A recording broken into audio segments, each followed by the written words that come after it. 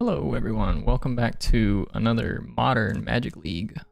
Today we're going to be running through a league of a deck that is very similar to one that was previously played by Aspiringspike in the pre-Modern Horizons 2 metagame.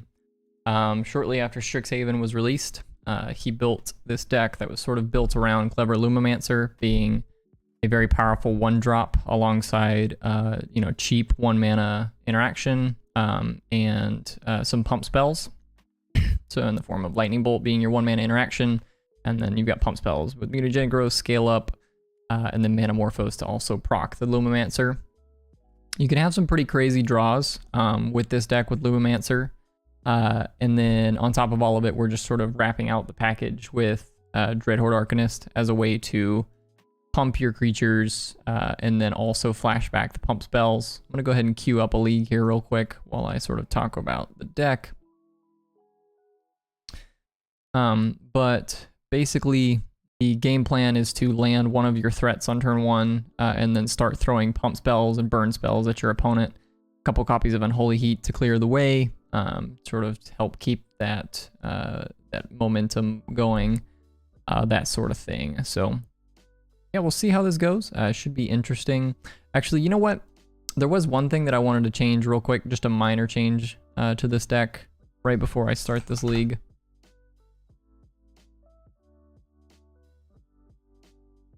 I'm going to swap these Unholy Heats for Prismatic Endings. I think that seems like a more interesting removal spell in the main deck at least. I think I'll do the same with the one on the board. Unholy Heat's good, but I think Prismatic Ending's going to be more promising right now. You can also still flash it back with Dreadhorde Arcanist, so still has some solid potential there.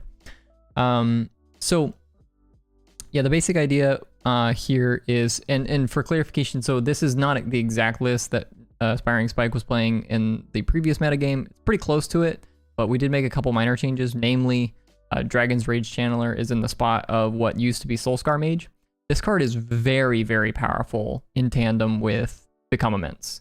You basically just play a Channeler and you get to just dump all of your cards in the graveyard. Just anytime you cast a non-creature spell, put that card in the graveyard, and that just feeds the Delve on Become Immense, and it gets out of hand very, very quickly. Like if you can go turn 1 Channeler, turn 2 Arcanist, and then just like have a flurry of spells, Manamorphose, Bobble into Become Immense, my Dreadhorde Arcanist, attack, flashback my Become Immense on my Channeler. Like you're attacking with a 7/9 Dreadhorde Arcanist and an 8/6 flyer, right? So that's on turn 3, and you can very easily have lethal beyond that with a couple copies of Lightning Bolt, Mutagenic Growth, whatever the case may be. So the deck seems really interesting, and I think it'll be fun to play and sort of see how this pans out. So on top of all that, we are obviously still playing the Lurrus package. All of our creatures are below 2 CMC, so not playing any permanents that are above 2 CMC gives us access to Lurrus. It's part of the reason why you are in white. Otherwise, this could just be Soulscar Mage, and it would probably be just as fine. Not a huge deal. But yeah, being in white does give access to Clever Lumimancer as well as Lurrus, which is a pretty big game. It also gives you access to Sanctifier and Vec in the board, as well as a couple copies of Fragmentize, and then Prismatic Ending as another option. So being white does give you access to cool features that you wouldn't otherwise have. One thing that it is kind of neat about this deck, something that I thought was interesting in this particular format that probably wasn't viable in previous formats. Shattering Spree is at an all-time high in terms of being a premium sideboard card, and it works really well with Clever Lumimancer. Clever Lumimancer triggers when you cast or copy a spell, and Replicate is considered copying a spell. So you can replicate a Shattering Spree and get multiple triggers on your Clever Lumimancer. This hand is okay. Obviously, we have lands to play our spells, but we don't have any threats, so I'm going to go ahead and mulligan this one. This one has a turn 1 Channeler plus Bobble, so I'll keep this one. Probably bottom the Temple Garden. It's like the most correct play. Turn 1 Shadow Spear. Looks like blue-black Asmora. This is not one of our better matchups for clarity. The prismatic endings are there to sort of help in this matchup. So hopefully they can do that. I'm going to go ahead and lead on Sacred Foundry. We have prismatic ending in our hands, so I think Sacred Foundry is more correct. We're going to go ahead and play out Mishra's Bauble. And we'll surveil basically any card into the graveyard.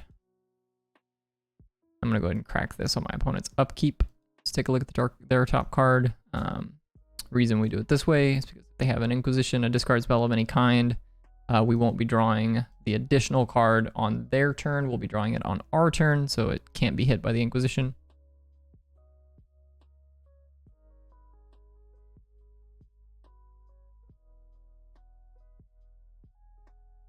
Okay, opponent's got a Saga.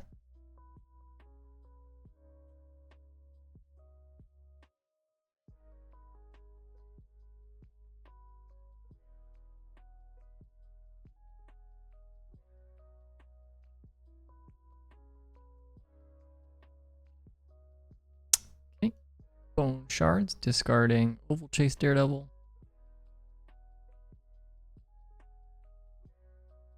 I'm gonna go ahead and update the deck list here.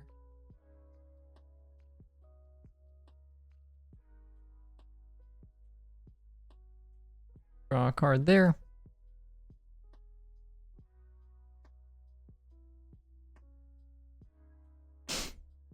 Okay, Bolt and Prismatic Ending. So we're probably just going to try and land Luris here on turn 4.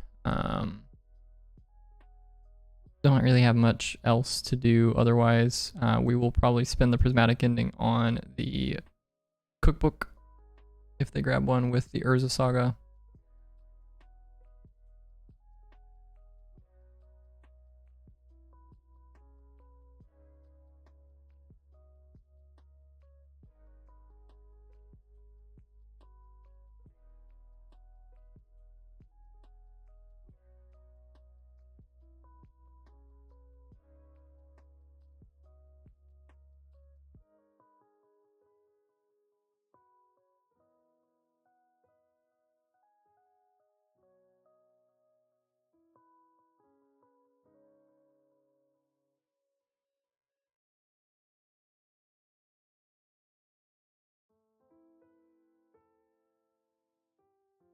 Okay, Asmora.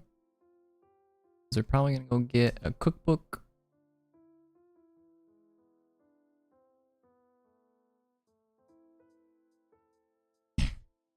Cookbook. Buy back Daredevil.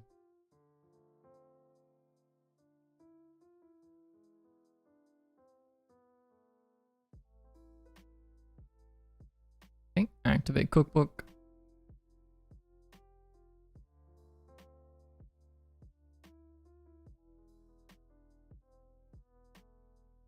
Go ahead and bolt here. Fetch. Go grab a Stomping Ground. Scale up is somewhat interesting. Question here is, do we spend the Prismatic Ending on the Cookbook to slow down their food generation, or do we want to just pick up Luris? And I think we have to start getting our stuff down. Like, we just got to start doing something. So I'm gonna go ahead and buy Luris.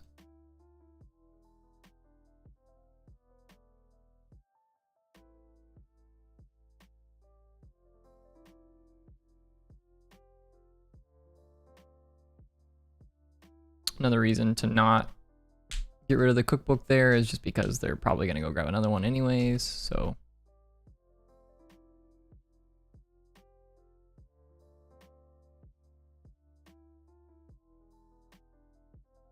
grabbed a Bauble. It's kind of interesting. Discard the Daredevil. Make a food.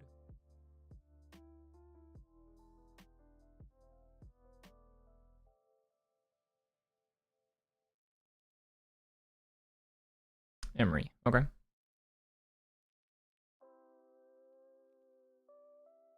I guess Bobble makes sense if their plan is to line up Emery on this turn. Know about our top card now.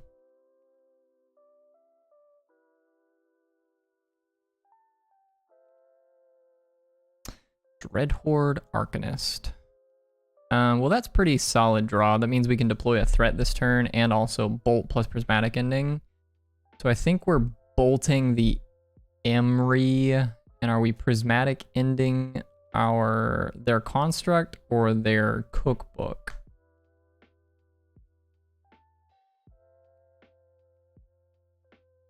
Feels like the construct is the most correct line. I'm gonna go ahead and grab a mountain. Bolt the Emery. Prismatic ending the construct. Deploy a Dreadhorde.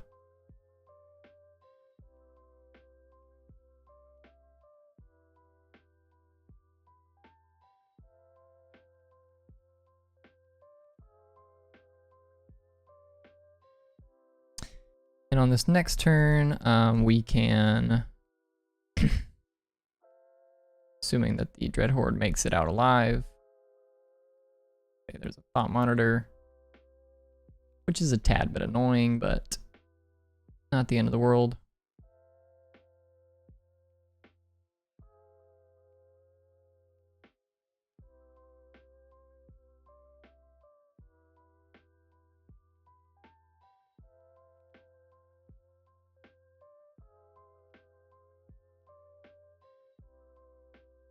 Okay, they're choosing to equip the Shadow Spear to the Thought Monitor.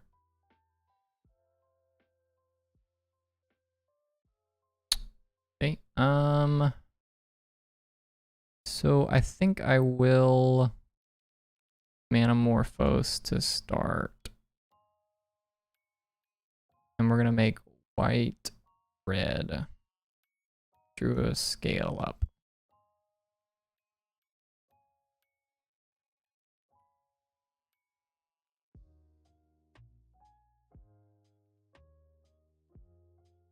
So we can go white for Luris.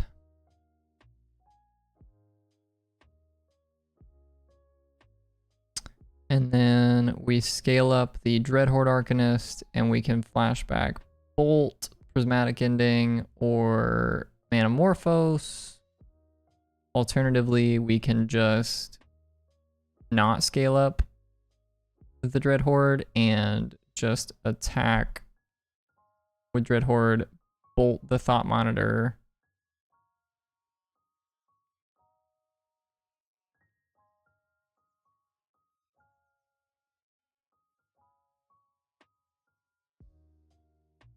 I think I'm gonna Luris here. And we're going to probably recast Bobble. So it's either Bobble or Dragon's Rage Channeler. If we choose to cast Dragon's Rage Channeler, we can't cast Scale Up this turn. If we cast Scale Up this turn, then we're probably supposed to Prismatic Ending the Cookbook because they're not blocking with the Thought Monitor anyways.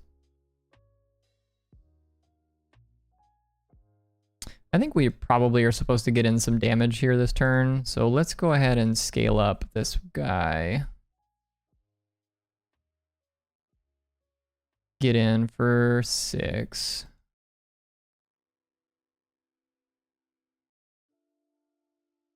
And we're going to Prismatic Ending the Cookbook.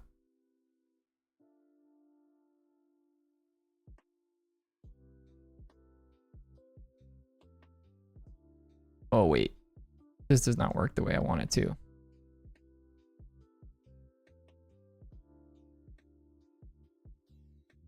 Shoot. I did not think about that. So this has 0 colors. That's a little awkward. So we should have bolted the Thought Monitor. Hopefully that doesn't end up mattering too much. They are choosing to chump block, which is kind of interesting. Yep. Minor punt.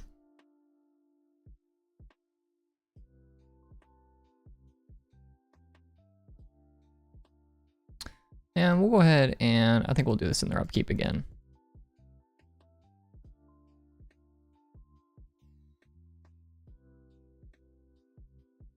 Not a huge deal because we still have a scale up.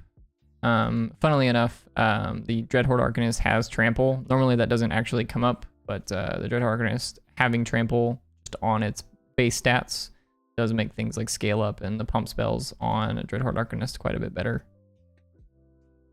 If my opponent casts an Asmora here, we're almost assuredly just dead. We're gonna just lose most of our board. Kind of feels like they have an Urza here. They've hadn't really had an opportunity to pay 4 mana to cast a creature. So now they've got the Urza. They've got a very large construct here.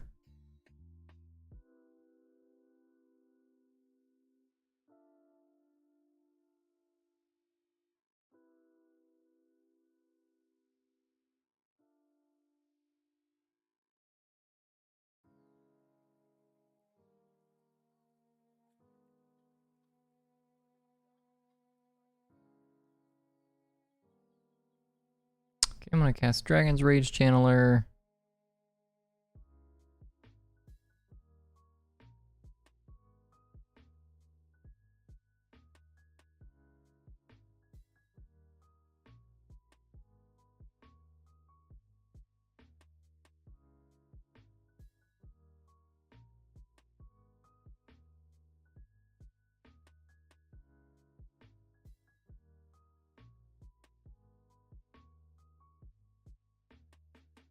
And if I just pay for this, play Bobble,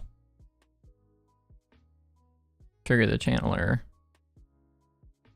put another card in the graveyard. Next turn we get to go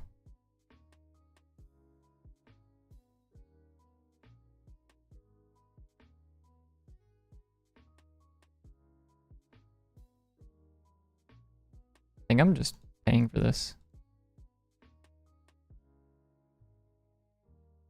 Just gonna go ahead and cast Bobble.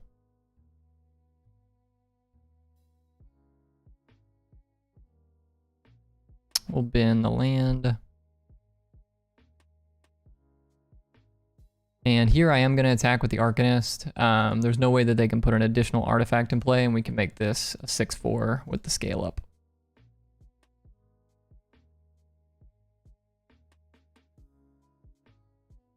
Go ahead and bin another card with the Channeler.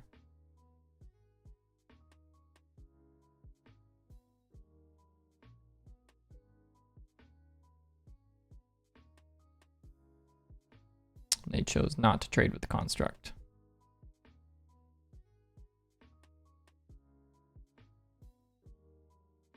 Okay, they got a polluted delta on top of their deck.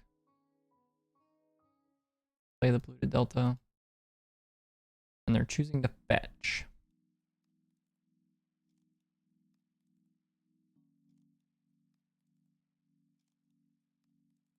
Yeah, DRC is a very, very ridiculous card, I agree. Funnily enough, because we played the creature and we flashback the sorcery out of our graveyard, Dragon's Rage Channeler no longer has Delirium. But generally speaking in this deck, it's pretty easy to have Delirium. You get a lot of card types. We do have a sorcery in our hand, so we do have the option of putting another sorcery in the grave.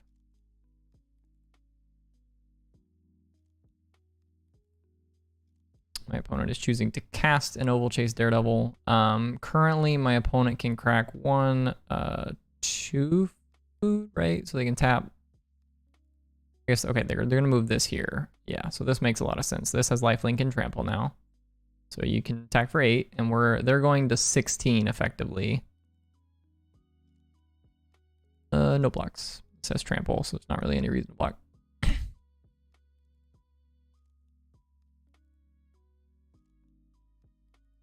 We draw Become Immense here, it gets a lot easier. Okay, no Become Immense, but we did draw a Swift Spear and a Lightning Bolt. So those are good spells. So how do we win from this point? So, okay, so they've got 1, 2, 3. So they can tap this and tap a food for 2 mana and crack a food, but they cannot crack any more food. So they're at effectively 19. We need to deal 19 damage this turn. So we can go scale up the Dreadhorde, attack with the Dreadhorde, scale up the Dragon's Rage Channeler.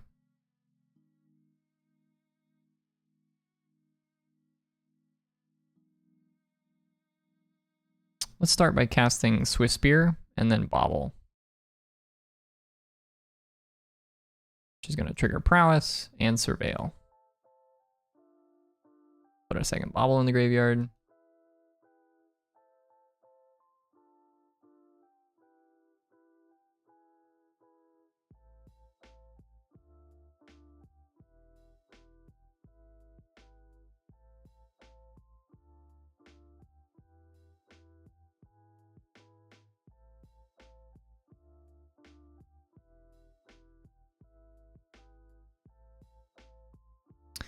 So we can bobble, let's bobble ourselves. I don't think the top card of their deck is going to matter, but if we know what's on top. Prismatic Ending is a sorcery, which is huge. That means we can scale up and flashback scale up with the Dreadhorde and still have Delirium. So we scale up the Dreadhorde because it has Trample. And then scale up the Dragon's Rage Channeler, because it'll have flying. And then we have a Lightning Bolt to take care of the Daredevil. They block the Swift Spear with the Urza. They're taking 8 plus 6 plus 3.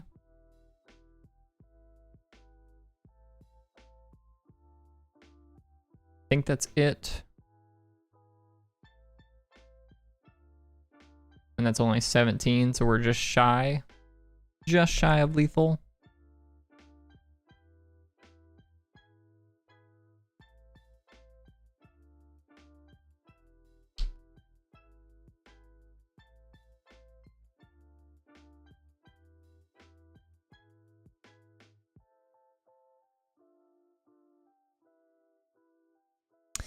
Let's go ahead and do this anyways. I suppose we could flashback the Manamorphose with Dreadhorde Arcanist and hope to rip Become Immense exactly. So let's start by casting this and see what we hit on the Surveil. Oh, right. We knew about this. Actually, does that give us another turn? Yeah, I think this gives us another turn, right? Because we can we can bolt the Daredevil and then Prismatic Ending the Construct. So we'll put this on top.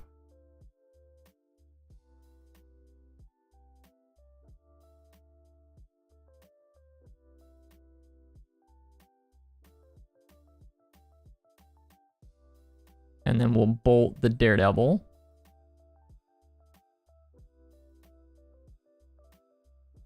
We're drawing Prismatic Ending.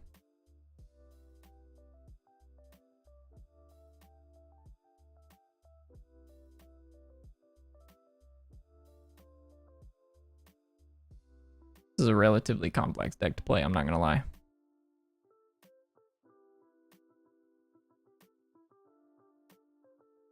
Be nice if we could use the 2 mana off the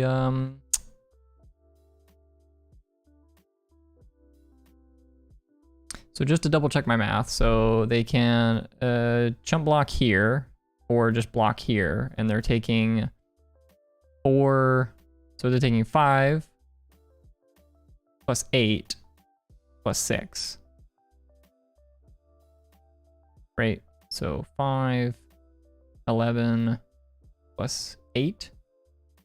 Oh wait, no, is that just lethal? I think they are just dead, never mind. Yeah, let's just scale up the Dragon's Rage Channeler.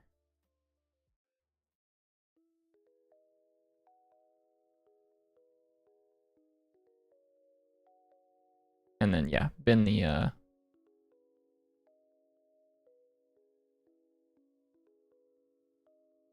Okay.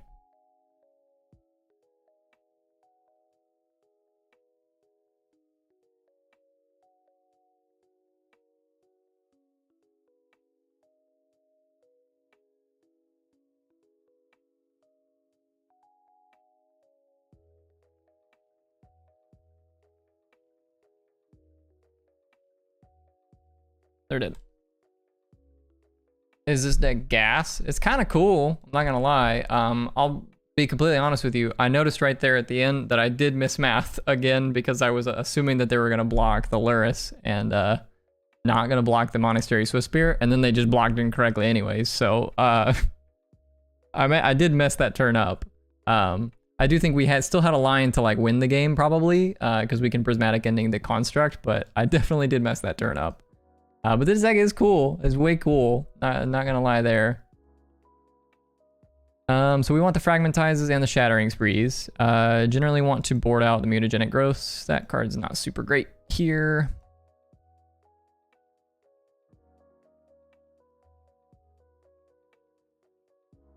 And then they don't interact a ton. Like if they get the Asmora down, it kind of doesn't matter if you have Snakeskin Veil to beat it. Like they're just kind of doing their thing.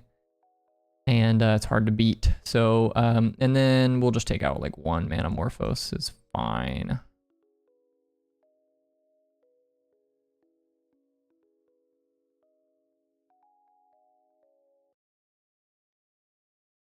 Yep, that's fine. Run it like this.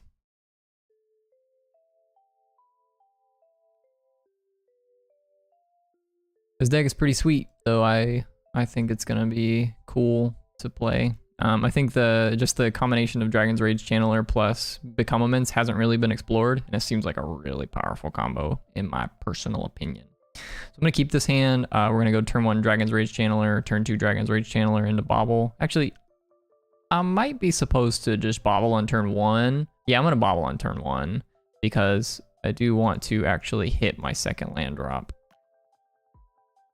Although if we draw a second land, maybe I won't. Okay, we drew second land, so I don't think I will. So I'm gonna go grab a Stomping Ground. Just deploy a Dragon's Rage Channeler. No attack. Gonna Fatal Push this guy.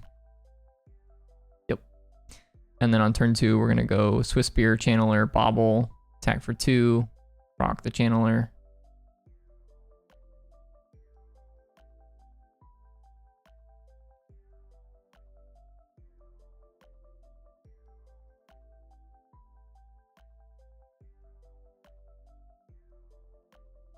Pithing Needle. Okay, well, that gets shattered.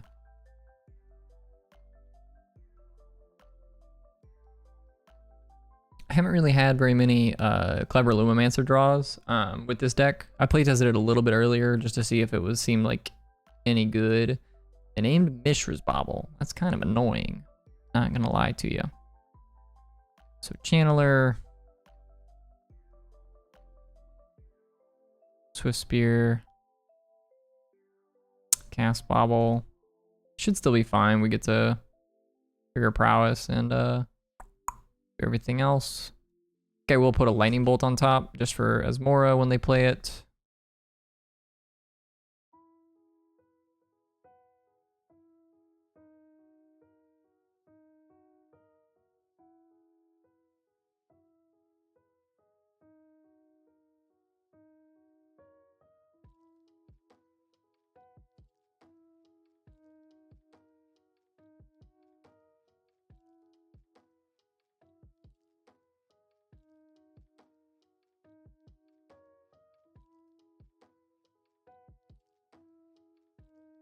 Okay, Spellbomb to put the Channeler back in my hand.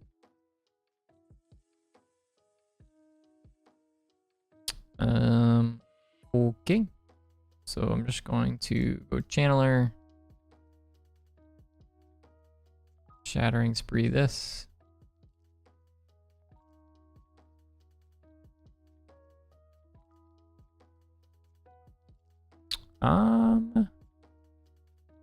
Yeah, I'll top that one. Just another threat. One that pulls me ahead, seems pretty powerful. And we'll just bobble in their upkeep. Don't think I want to bullet just yet.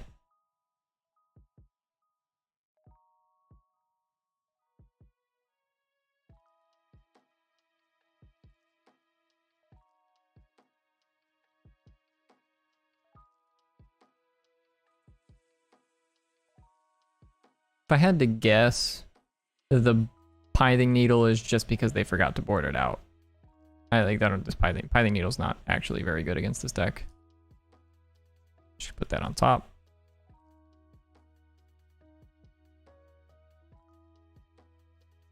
We'll just draw threat. Deploy our 2 threats, attack for 1.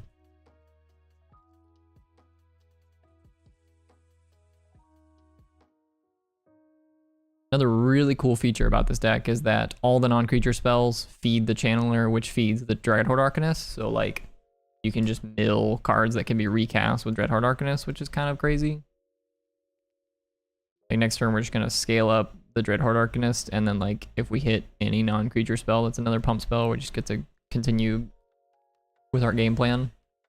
You just put like a Become Immense in the graveyard, you just get to Become Immense out of the grave. That's kind of crazy. Kind of bonkers.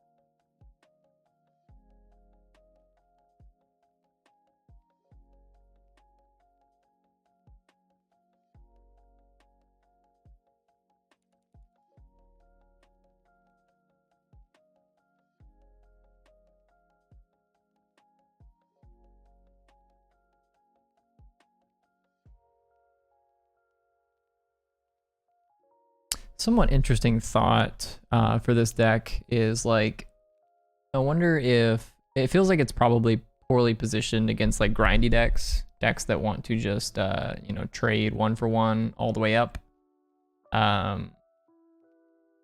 So if that's the case, perhaps we want, you could play like Abundant Harvest in this style of a deck. And Abundant Harvest makes your Dreadhorde Arcanists quite a bit better. Because Dreadhorde Arcanist actually draws a card, pulls you ahead on cards, which is kind of cool. You may consider taking it in that direction. Feel like the grindy matchups are somewhat poor.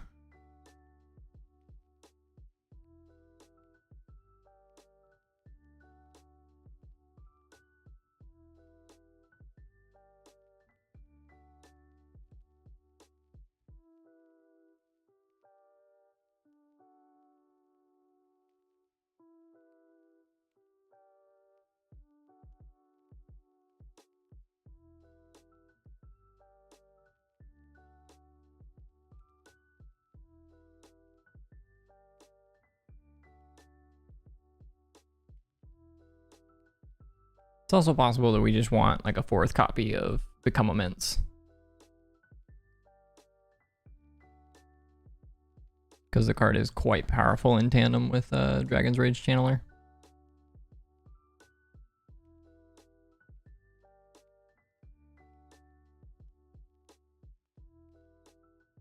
So they've shown me Gigantha, which means they are either playing Phoenix or Tron. I would have to imagine it's probably Phoenix if I had to guess. This hand is not particularly very great against Phoenix.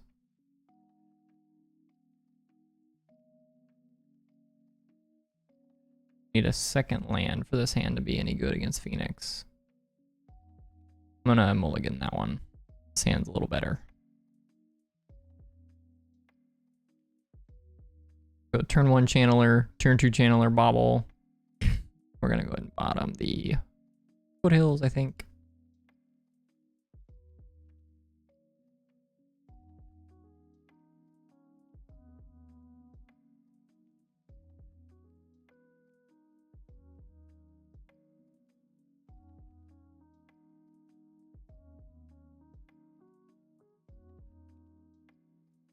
No longer know what I am playing against. Birds of Paradise.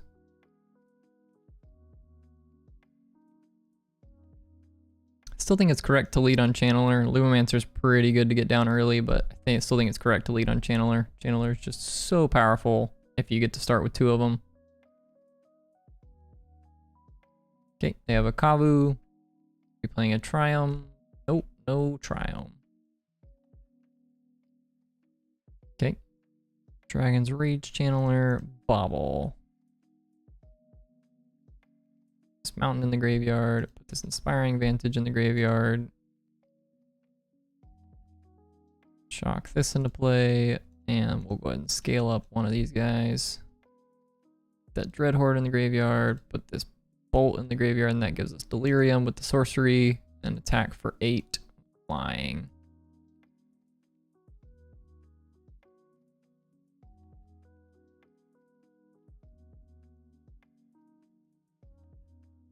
Our opponent is just dead next turn.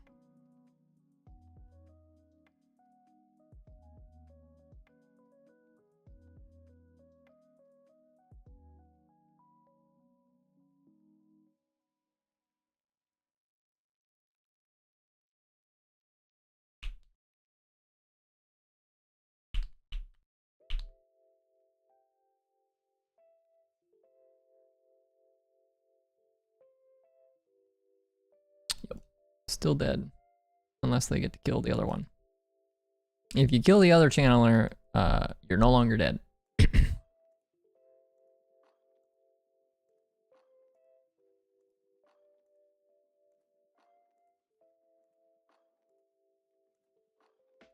guess they could have a Scion.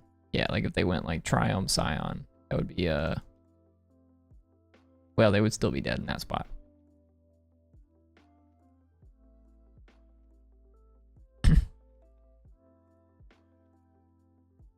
Lightning Bolt, Lumimancer. Okay, well, I'm gonna become amongst this.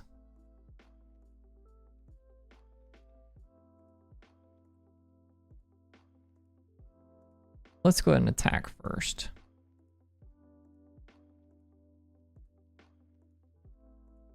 See if they block. No blocks. So we'll become immense. And exile. So if we do lose Delirium, then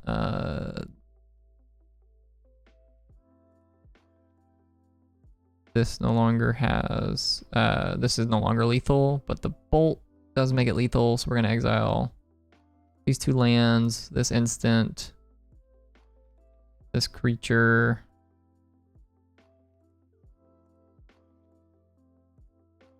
and this creature.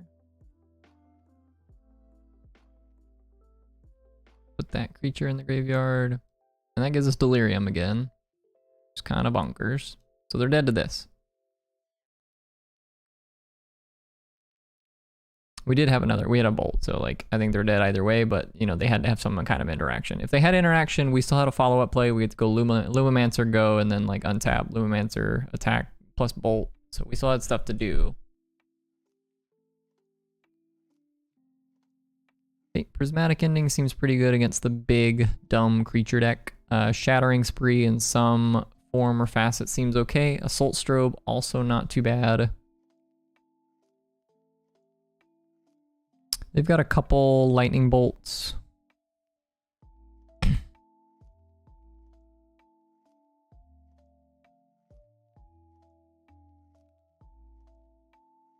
Maybe we take out these Prismatic Endings. Let's not do the Prismatic Endings. Let's do Assault Strobes in... and just be like faster than them. I kind of like it. Let's just try and get them dead, you know what I mean? Like their deck's kind of dirtily. It's just playing like a bunch of big zoo creatures. So like, let's just pump through them. Just go straight through them. You would like to put up this wall, but let me tell you what, boy. Your wall is not big enough.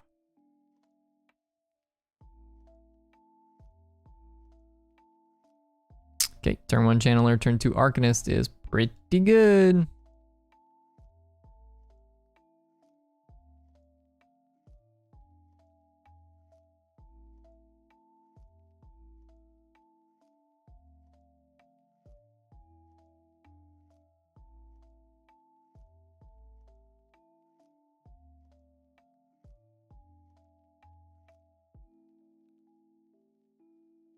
Grab a stomping ground with this one. Channeler, your go.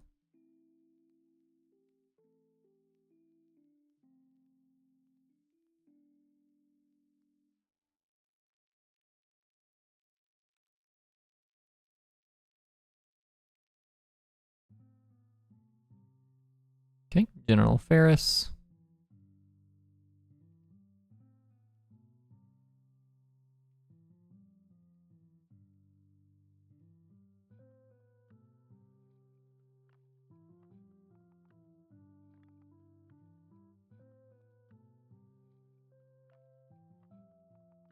So that card's pretty good. What? I think I'll go Fetch Shock for a Sacred Foundry. A Manamorphose. Add red-green. Spin that. Red-green. Manamorphose.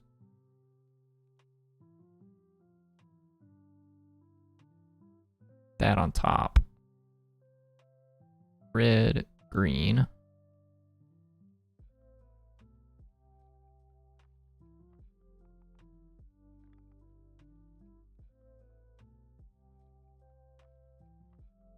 And then just deploy a Dreadhorde. It's unlikely they're going to block, so I'm going to attack for 1.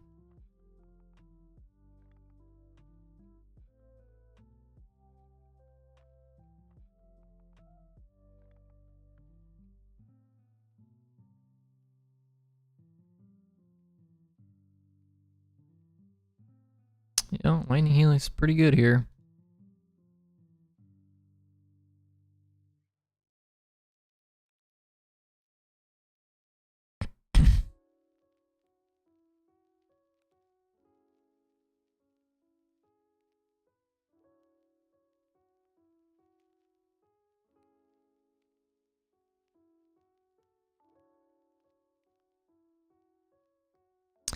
Problem with Lumimancer is that Lumimancer doesn't have trample.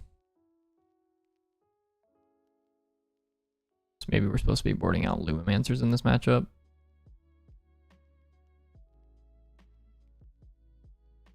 Probably in favor of like prismatic endings, it's fine.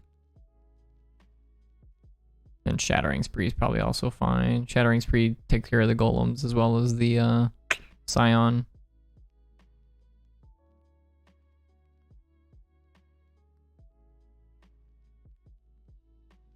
I'm gonna go ahead and scale up the Channeler. Hope to hit.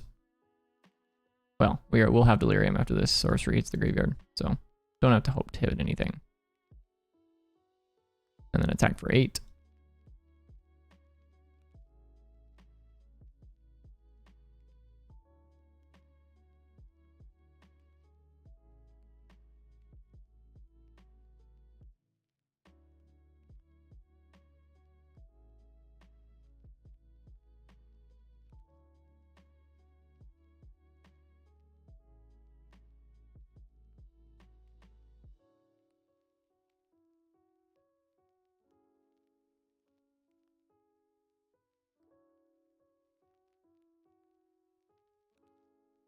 Bloodbraid into Tribal Flames.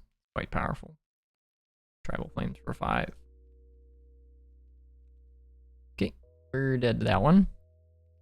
General Ferris is pretty powerful against us. We don't have any multicolored ways to take care of that. So we're gonna just try and interact with it in other ways. Maybe now we should just try and be faster. Like not worry about interacting because we're on the play.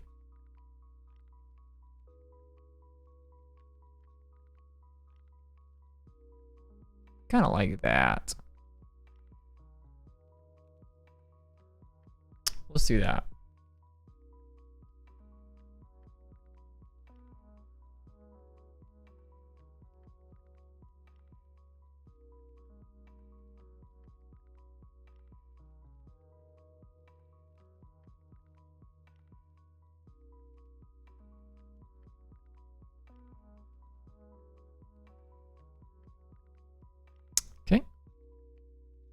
Turn 1 Channeler. Turn 2 Swift Spear Bolt.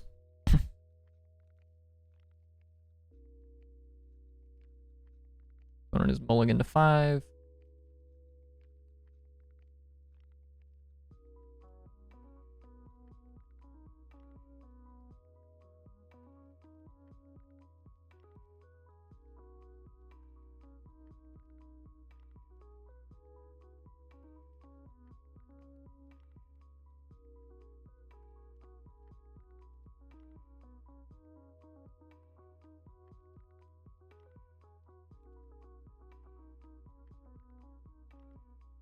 Okay, and that my opponent did not play. Let's grab green white. No, we're gonna need. Let's grab red green. Definitely needed double red for this turn. In my head, I was like, we're gonna need double red for next turn, but we needed double red for this turn because we're playing 2 red creatures. So definitely got to get red green. And then next turn, we just get to go Manamorphose, Assault Strobe, plus Lightning Bolt. And that's almost assuredly enough.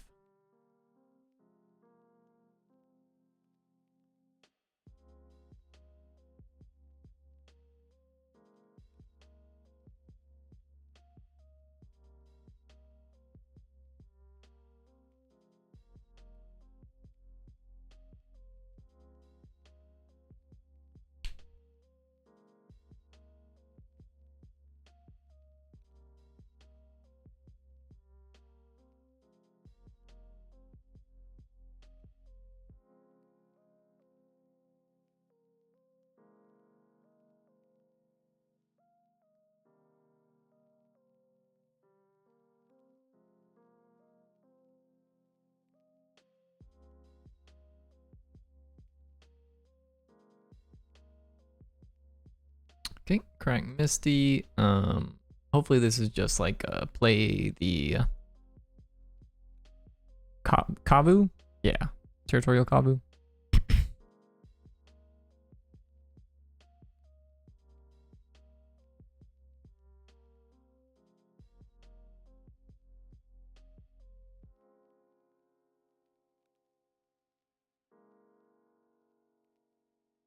But we shall see. Could be Scion of Draco too. Scion of Draco would be pretty solid here for my opponent.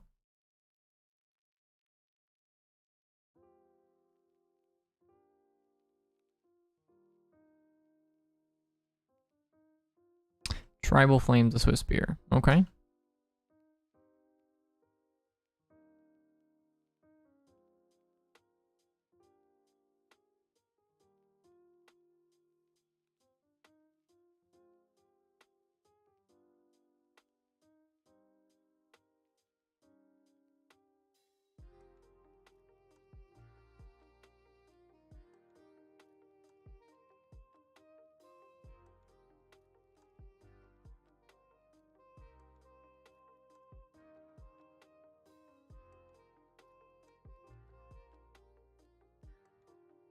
Just bolt them.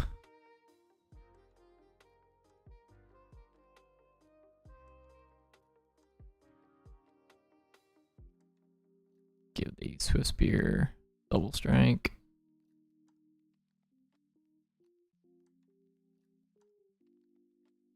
And this is lethal.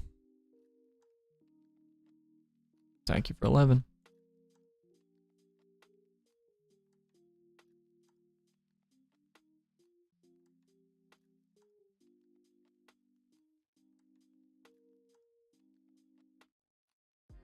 So if they had put a blocker in front of me there, it definitely would have been a little bit more awkward. So they play Kavu. Most of our big pump spells are sorcery speed, which is kind of awkward. But them just like removing one of the creatures didn't really matter.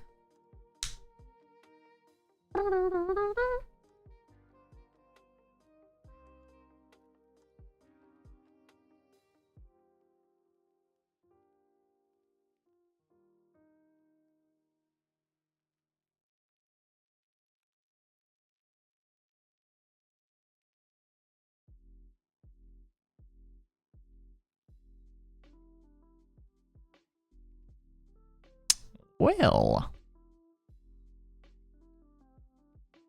I will keep this one, because I would imagine this is almost assuredly like a turn 2 delirium.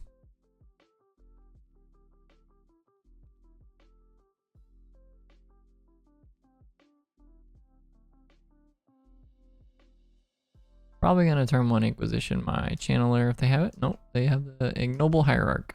Okay, so this is probably Yawgmoth combo then. Go grab red-green. I'm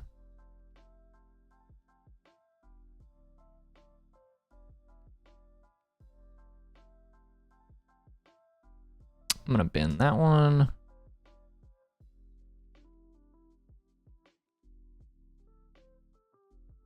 Bin that one. I think I'm just gonna bin like basically all of it. Is Bolt good enough? I think I'm still just playing Dreadhorde Arcanist next turn.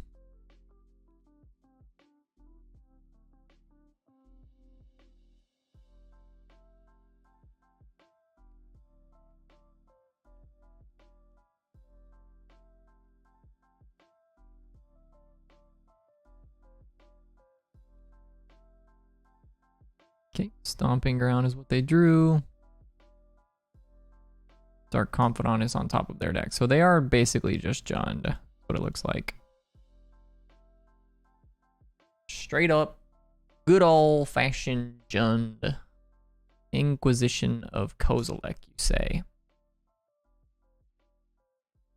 So this is the reason to crack baubles on their turn. It gives them less information for what you are going to have in your hand on the following turn. So if he takes a Dreadhorde here, we could just very easily just bauble draw into another one. Tarmogoyf. Well, we have adequately given our opponent plenty of card types.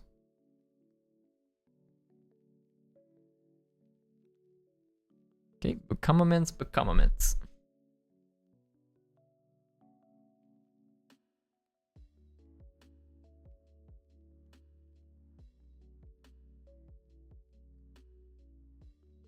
So 6, 12, 14. We just have to have enough cards in the graveyard, which we should have enough. So let's go get a Temple Garden. Mutagenic Growth this. Kill that to the grave. Come immense this. Wait. Untap. Attack first. And when they declare no blockers, because this still has flying right now. So we're gonna exile this instant.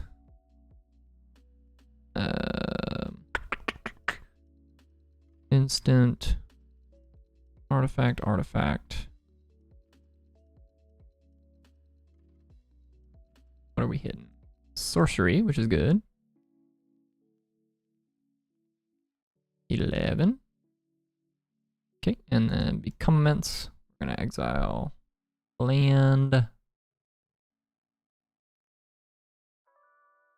Instant sorcery.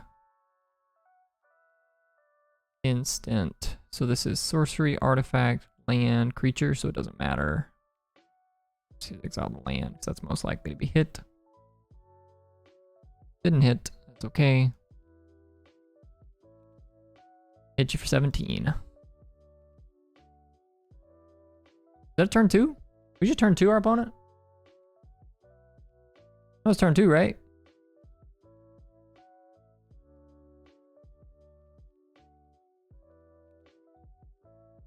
Turn 2 Gasman.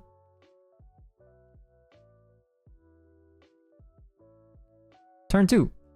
We just turned 2 to our opponent. That's crazy. Dragon's Rage Channeler is a powerful effect, especially if you open on 3 copies of Mishra's Bauble.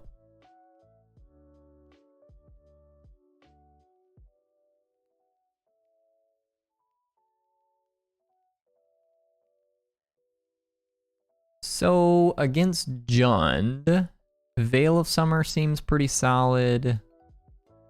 could bring in something like Soul Guide Lantern if you wanted to. Sanctifier in Vec is like pretty solid against their removal spells. It's just like a creature that they can't ever kill. They have to put a Tarmogoyf in front of it for it to matter. Prismatic Ending is kind of whatever in this matchup. Like they're just the better deck at trading 1-for-1. Mutagenic Growth is pretty not so great. So Prismatic though is like the better removal spell of the options that we have. So like maybe we're supposed to board out 2 copies of Lightning Bolt for the 3rd Prismatic, something like that. Clever Lumimancer is kind of rough in this matchup. It really just never gets in. So maybe we just board out 2 Lumimancers for 2 bolts. Just keep in the bolts and then like board out Lumimancers in place of the Prismatics, that sort of thing. We just have like we have extra threats with the Sanctifiers. So I think boarding out threats for threats seems like it makes the most sense.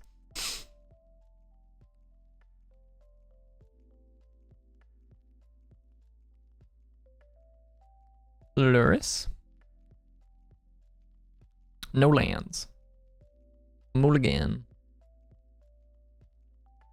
Yes, hand's fine. Got turn 1 Swiftspear, turn 2 Sanctifier. Actually, it does not have turn 2 Sanctifier because our land is a Scalding Tarn. This does not fetch Temple Garden, which is a little bit awkward in this deck. I think it's a, you know, I didn't actually mess with the mana base too much from how Spike built it when this list was originally created.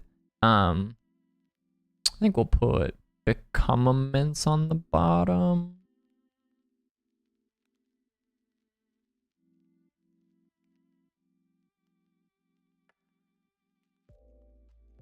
Yeah.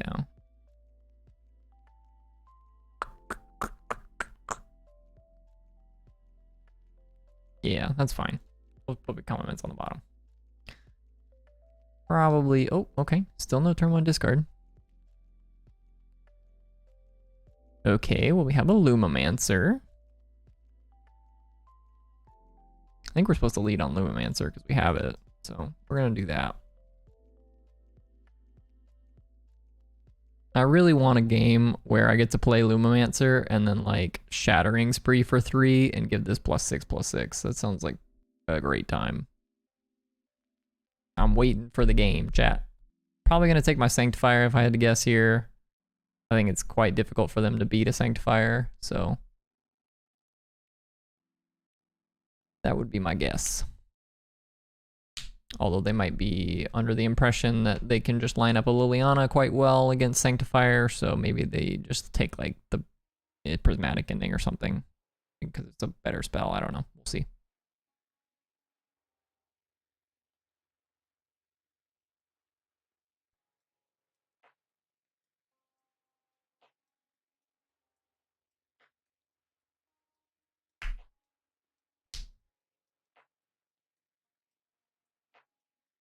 So when I originally had sort of like retuned this deck, I had considered playing Monkeys in the deck. I don't think Monkey's really the place to be in this particular style of a deck. It's more of a spell slinger deck and something like Clever Lumimancer. Oh, well, that's a little bit annoying.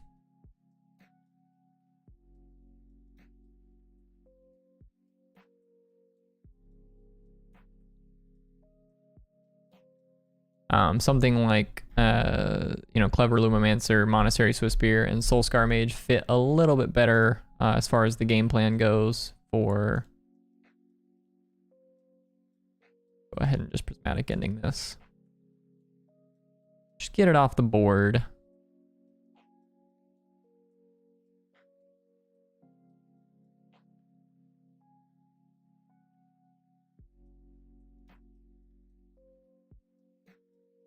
That's a goof.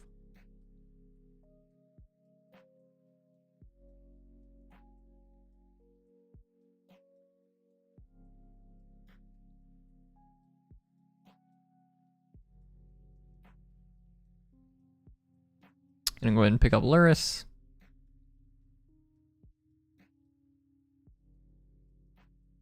Getting Thought Seized. Probably gonna lose our Luris.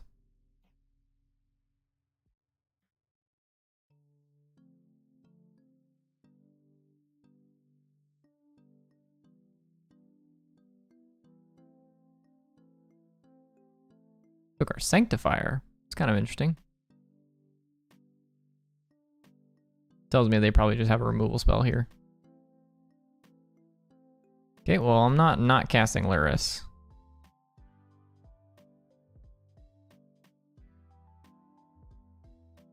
Yeah, Bolt.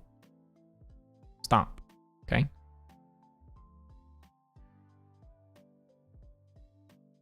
We could have waited maybe one more turn just to see if we drew like a green source, then we can Snakeskin Veil, but we have to draw like Stomping Ground exactly, or Temple Garden, or a fetch land, and then like we're, you know, taking a lot of damage for our mana. I guess on the upside, we would then get to scale up Luris, which gains us a lot of that life loss back, but just the Tarmogoyfs here is gonna get us. That's all right. Get him in the next one. Anything we want to change?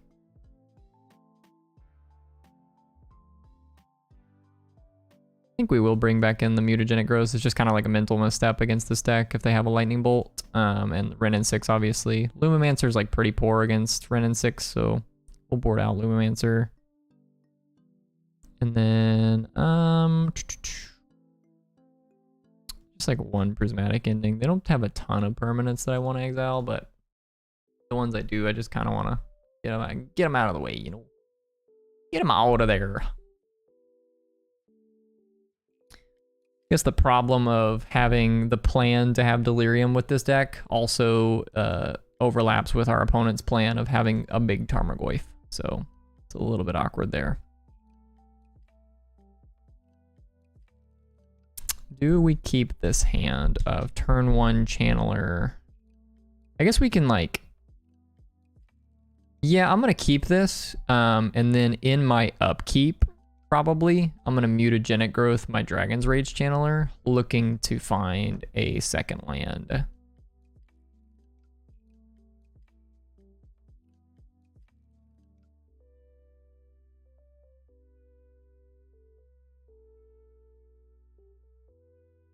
And that's obviously like assuming that they don't just kill this here. Okay, position.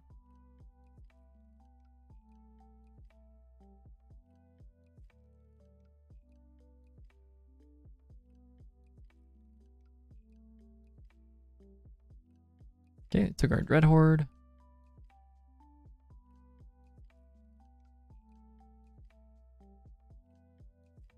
Mutagenic in my upkeep, and I would like to keep this land. Okay, so we'll go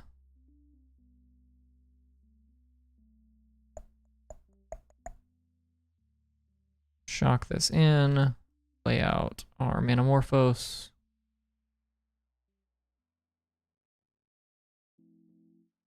Spin this land, I think. And we want red, green.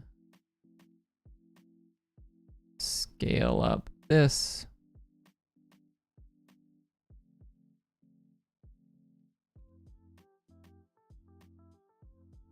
Spin that.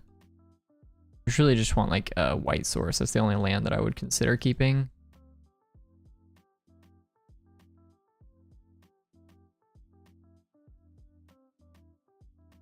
Attack for 10 on turn 2.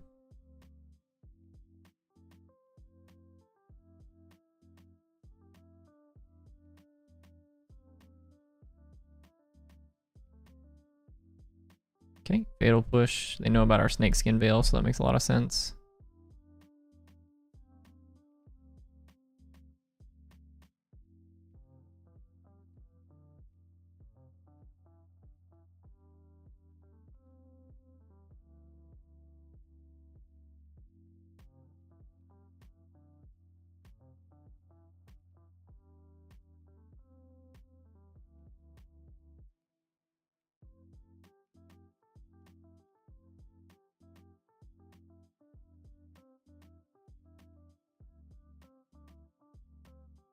Opponent is drawing a Bloodstained Mire, which they played out.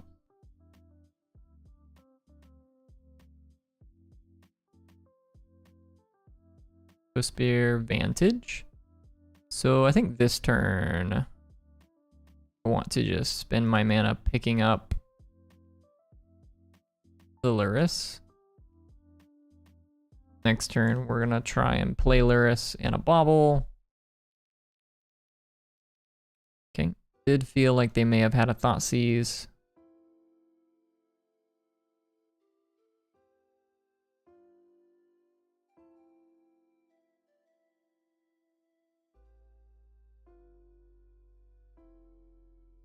Okay, I'm gonna go Swift Spear, Swift Spear. Attack for 2.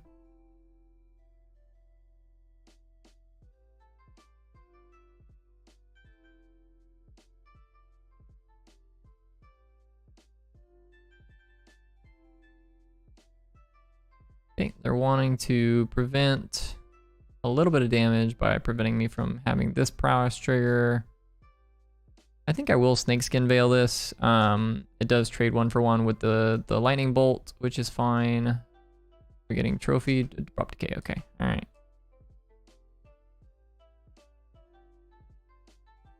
right. Worst case scenario here is that they have a Liliana that they can now play and Edict my Swift Spear. Leaves them with a Planeswalker.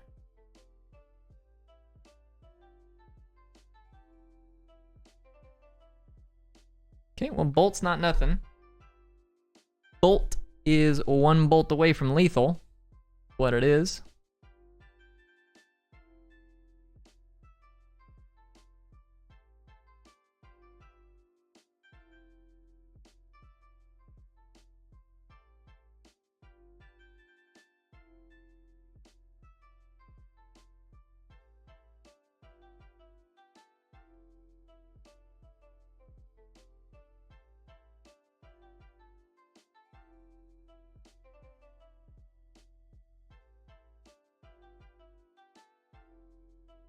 I'm gonna go ahead and fetch out a land.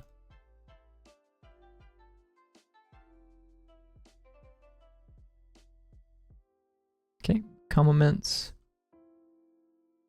Becomaments isn't terrible. Becomaments means that if we do draw a creature here at some point, it's going to be relatively difficult for him to kill it with damage-based spells. Okay, Bone Crusher. Ignoble Hierarch.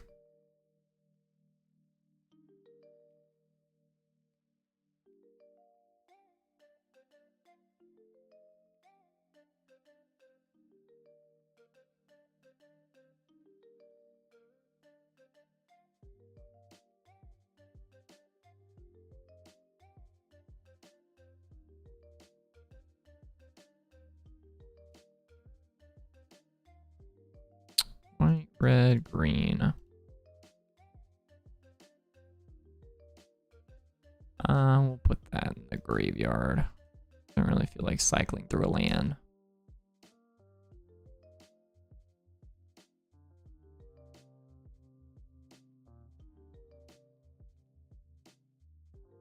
They, however, probably will be, if I had to guess.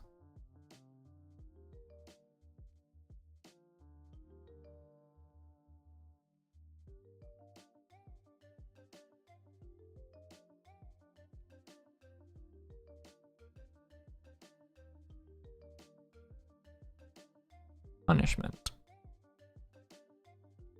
Okay. Interesting. Okay, well, Becomaments would not have helped us in that spot, so it doesn't really matter on that one.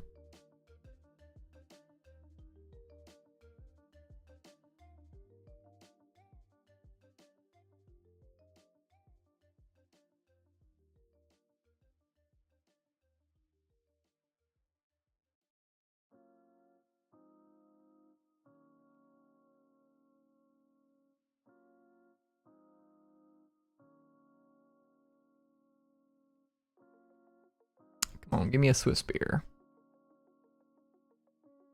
Lightning Bolt works.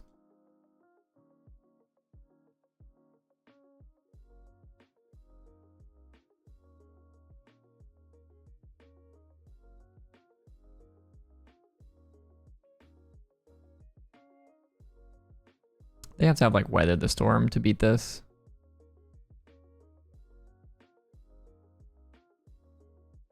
And I guess if they have it, I really should bolt them in their upkeep because it's one less storm count.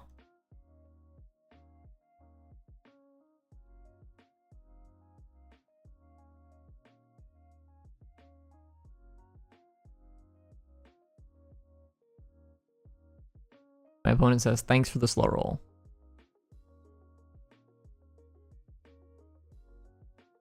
I was not slow rolling you, I promise. I was playing around Weather the Storm. It seems unlikely that my opponent has Weather the Storm there. But if they do, you know, technically it is correct to play that way. So.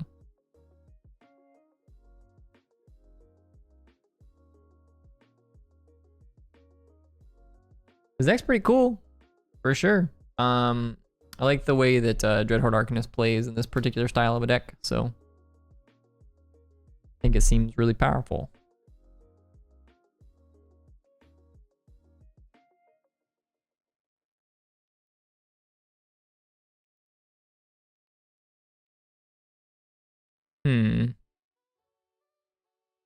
If one of these threats was a Dragon's Rage Channeler, I would snap keep this, because this hand's kind of bonkers. If like one of them's a Dragon's Rage Channeler, you just go like turn 1 Bobble into turn 2 Arcanist, and then like start feeding the Arcanist's Becominants.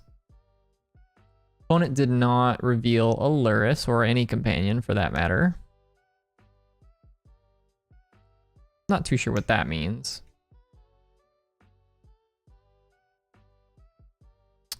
I'm gonna take a mulligan. This hand's pretty solid.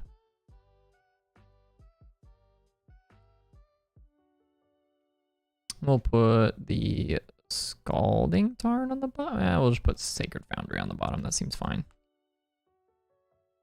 Go grab Sacred Foundry with this Scalding Tarn. I'm gonna lead on Lumimancer rather than Channeler.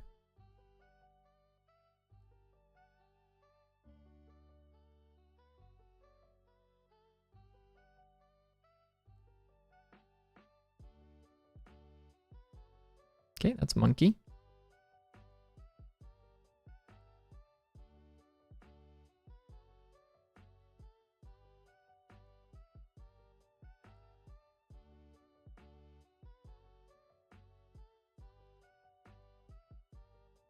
Feels like turn 1 Monkey off Steam Vents. Feels like Jeskai Monkey Blade.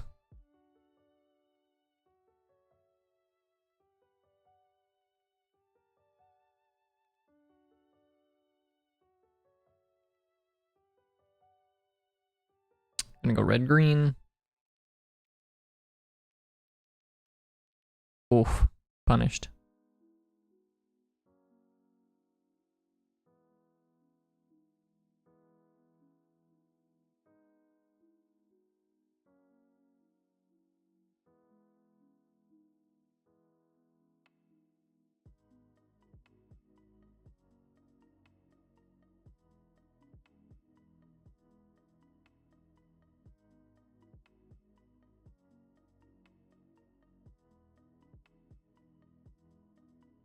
So do we go? I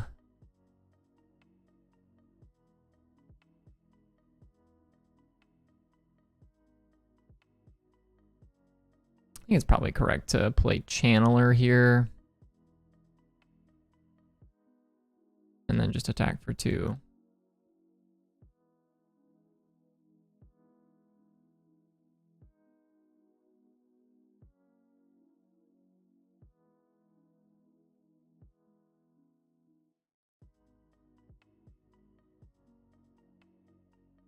I'm gonna go ahead and block.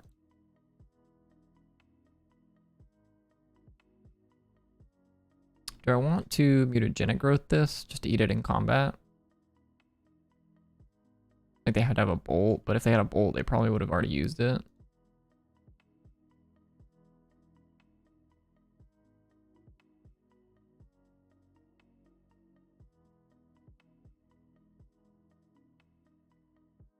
Oh, well, I'll top a Morphos. Seems like a solid draw. Kill the monkey.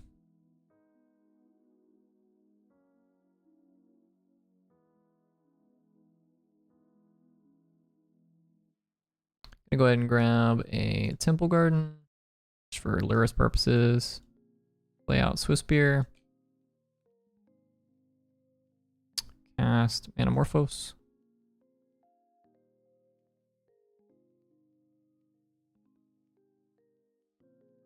That on top of my library.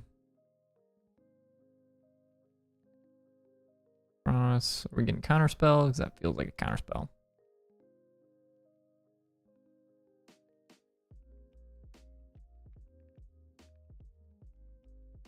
Okay. Ralgrin Triumph tapped. Rest in peace, my dude. Okay. Start on Manamorphose again. My opponent concedes.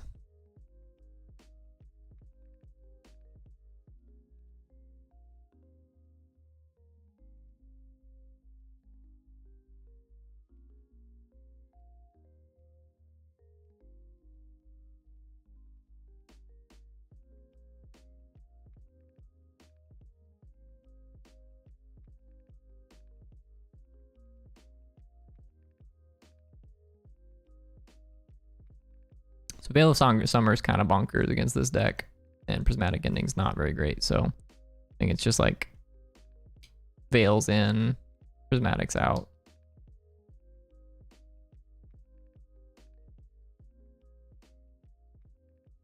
We'll board out like 2 scale ups for Shattering Sprees, I guess.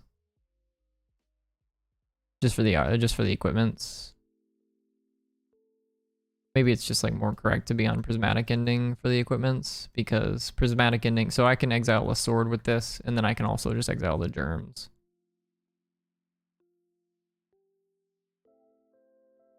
Yeah, I like that.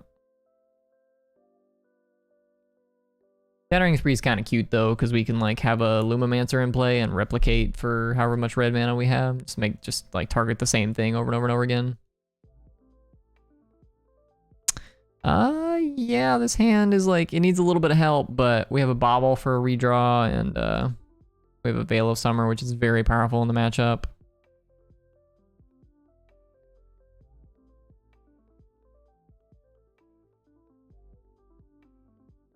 I think I'm just gonna lead on Stomping Ground tapped and say go.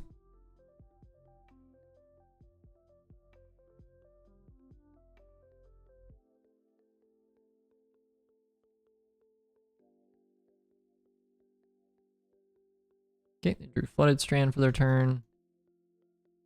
Played Flooded Strand for their turn. Feels like a Stoneforge is hitting the table.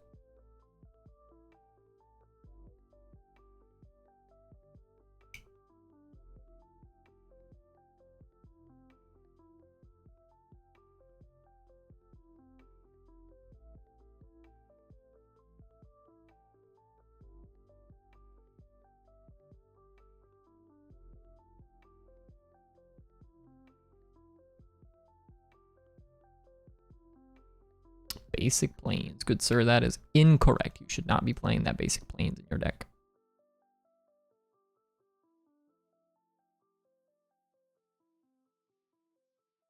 No fetch lands does make it a little bit awkward as far as how we're going to go about feeding this Dragon's Rage Channeler. I think I'm going to go ahead and just Manamorphose in response to this.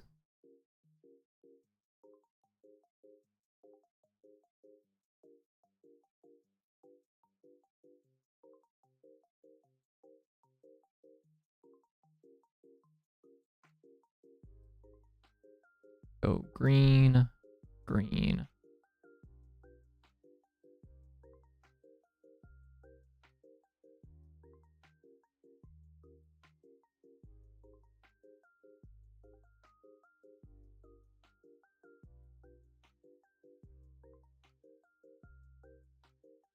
Oh no, I was supposed to pay life for that. Whoops. 3 card types. Give me a 4th. Give me a land. Give me a creature. Fuck.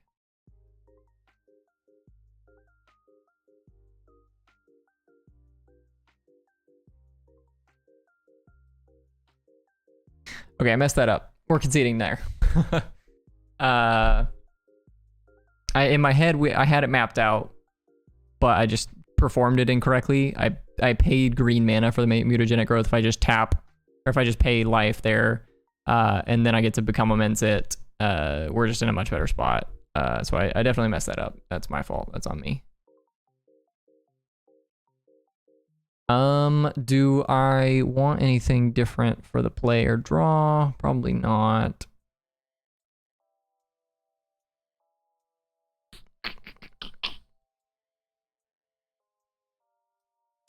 Dramatic ending is like...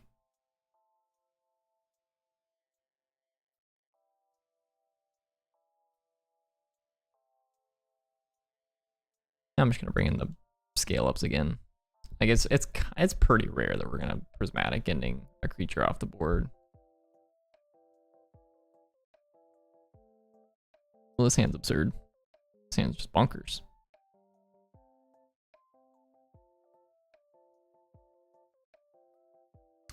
A few lists have been running things like Sea Chrome and Basic Planes. They've done well, but they still seem really bad. Yeah, I just you know, like I'm sure that in paper, in reality, you can perform well with a deck that is that powerful with the one incorrect like piece of mana, right? Like you can you know, I felt like my mana base whenever I won the challenge with the deck was not built correctly. I was playing 23 lands, and I was playing a Ralgren Triome, and I don't necessarily think that those lands are particularly great in the deck anymore.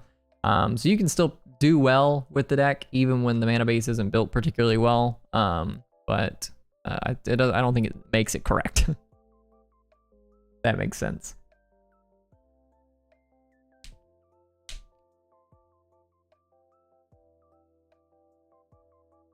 Turn 1 Channeler. I think I want to go ahead and bobble here because I would really like to draw a green source here within the next few turns. Let's put that in the graveyard. And we'll bobble my opponent in their upkeep.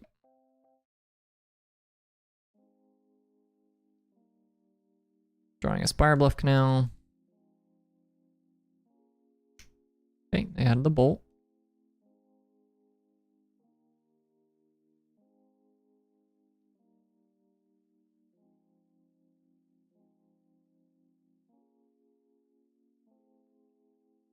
Okay, I'm gonna play a Dreadhorde because I think it's got the best upside. We really need to find a green source here.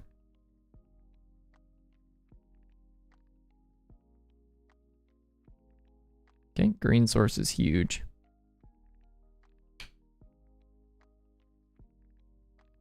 Go Channeler.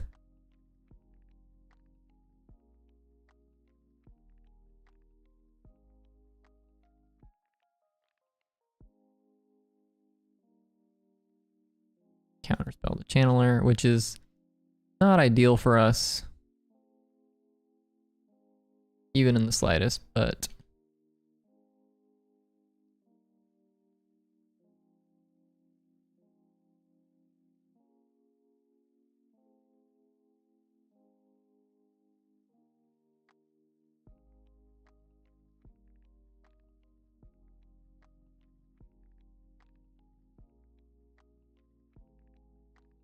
won't be flashing back scale up here. I just kind of want to use my sorcery speed scale ups here before I have to, they have probably Archmage's Charm up at this point.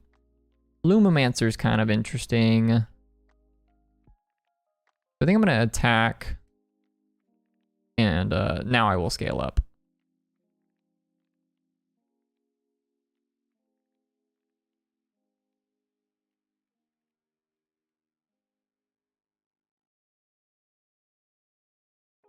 Okay, yes. Love to grab a mountain.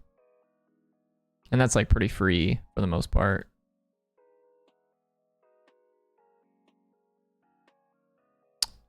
Yeah, I'm probably supposed to grab Luris here. Like if I just play Lumimancer and he just has a counterspell, it's kind of awkward. Now they're falling behind on mana, which is great for us. What's not so great is the fact that we can't double spell here. So I'm going to deploy a clever lumimancer to start with and make them spend their counter magic on this if they'd like.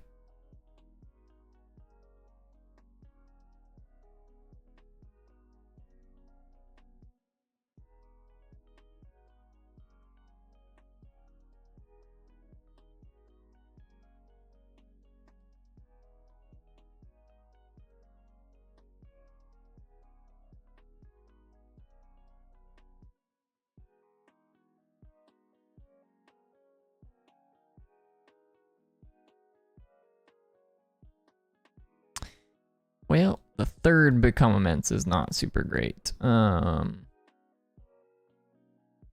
think I'll hold the Luris until we have like either another threat to follow up with in the same turn. We can go like Dragon's Rage Channeler and a Luris in the same turn, or a Swiss Spear and a Luris in the same turn. That seems like the most ideal turn, that sort of thing. Or if we draw a Veil of Summer, that would be like probably the best thing we could draw. Probably need a couple more Veil of Summers in the sideboard, to be honest.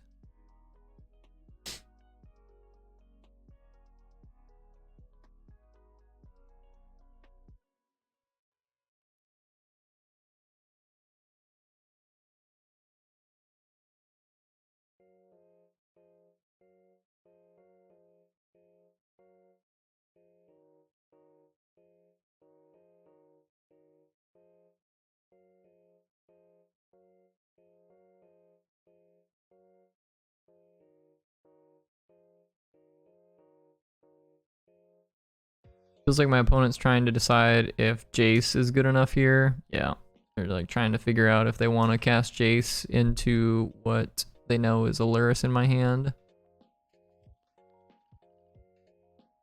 Like we're gonna get to stick Luris here.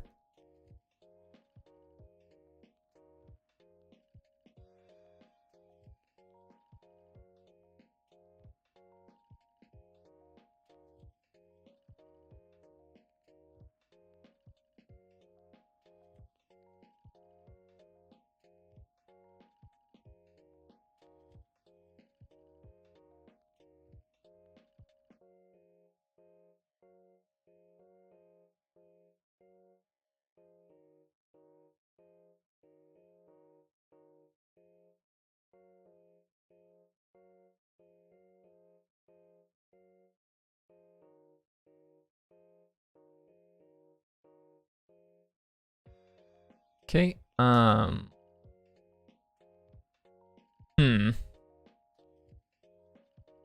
Second Path Exile from them is kind of rough, for sure. Now they have the Stoneforge Mystic, which is, yeah. Now we're falling real far behind. So they've got their engines going at this point, and like they've just got counter magic up with stuff to do. And we just never had a Veil of Summer. Drew way too many pump spells this game.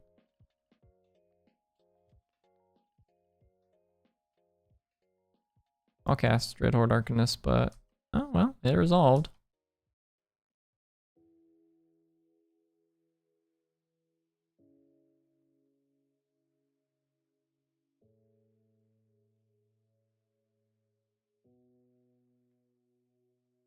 Cycle Ralgren Triumph, okay.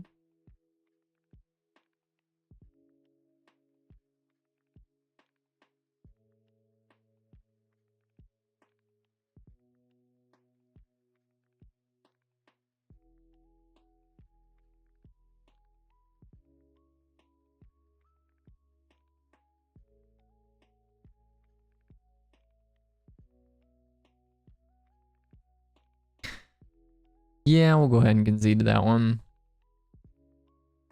It's a little bit unfortunate. Definitely felt like we were ahead at the start and we just never found any way to beat the counter magic and stuff that they had, the removal spells and counter magic, so a little bit rough, but not too big of a deal.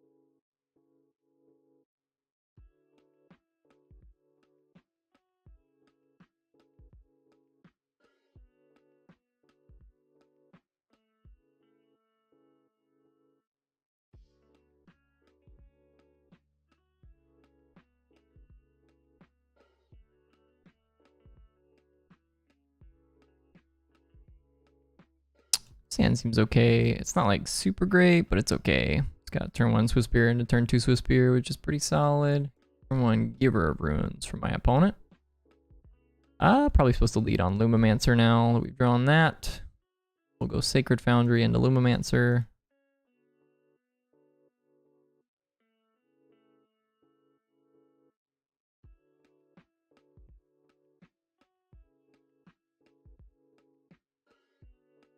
Okay. Second Stoneforge deck that we're playing against here.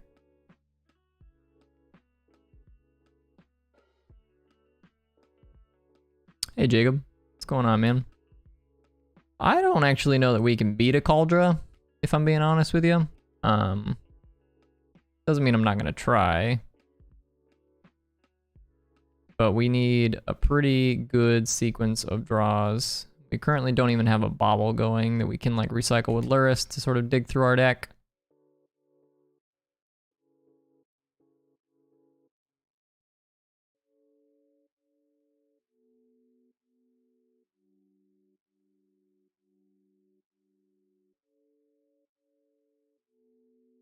I'm gonna go ahead and play out 2 Swiss Spears, and I'm just going to attack with the Swiss Spears to make them think that I don't have the spell, because yeah, I needed them to block with the Giver Runes.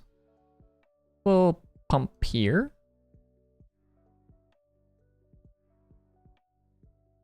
I give this pro red.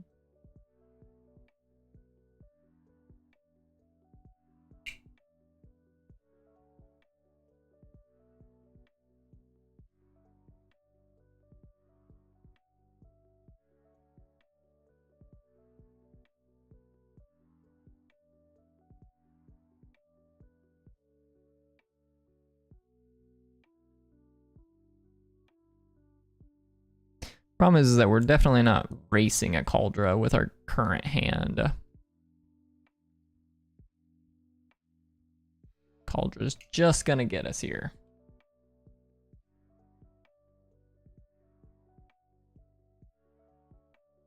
So cards that I'll probably be changing in the future is like Fragmentize was kind of whatever, Sanctifier Index like kind of whatever. Assault Strobe is interesting, but maybe not worth it. And then the Prismatic Endings are kind of so-so. So I think we'll go back to the Unholy Heats that we had instead of the Prismatic Endings. And then perhaps a third copy of Unholy Heat here in this spot. And then beyond that,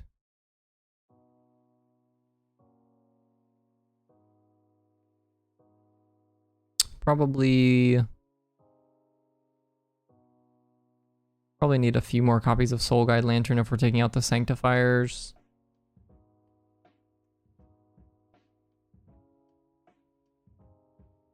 Putting in Cauldron, I assume.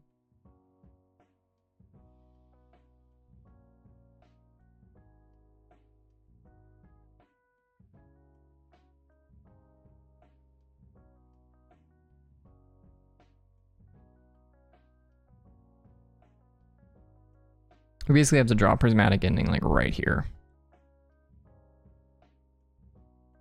And that lets us kill the Giver, and we can deploy a Dreadhorde Arcanist, and next turn we can Dreadhorde take care of the Germ. Because Prismatic Ending still gets flashback for 0 colors. So it'll still exile a 0 CMC Germ.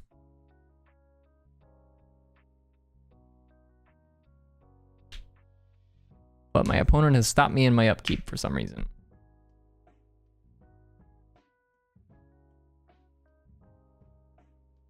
Other cards that can technically win from here. Manamorphose, 4 copies of Manamorphose in a row on top of our deck. And then like a bolt. That probably wins us the game. So we have out. What the odds of those outs are? Petite.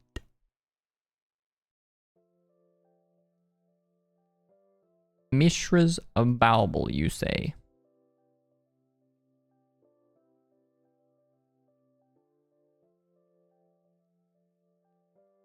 Bauble myself. Become immense on top. I'm gonna concede. I'm gonna concede to the Caldra. Caldra beating my ass.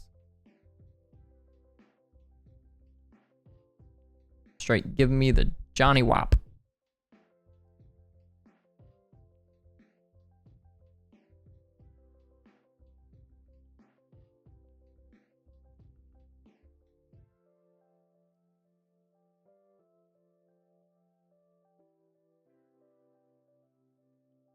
Just run it like this with one extra converge spell, one extra copy of prismatic ending. And hopefully this is enough to sort of mitigate their tiny creature plan. We only have 4 copies of Lightning Bolt, which is kind of awkward in the main deck. Maybe we're supposed to be playing the Unholy Heats in tandem. I had originally cast Mutagenic Growth to run that plan, but maybe Scale Up is like more correct. But Scale Up is a sorcery, whereas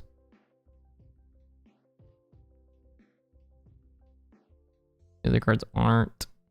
I should probably be playing 4 copies of Mutagenic Growth though. This card's kind of bunkers. Kinda bunkers. Yeah, it's like turn 1 Lumimancer, turn 2 Arcanist, Scale Up Bolt, Flashback Bolt. Like it's got a pretty powerful turn 3. You can even make it like a pseudo powerful turn 2. It attacks for 10 on turn 2, which is kind of cool.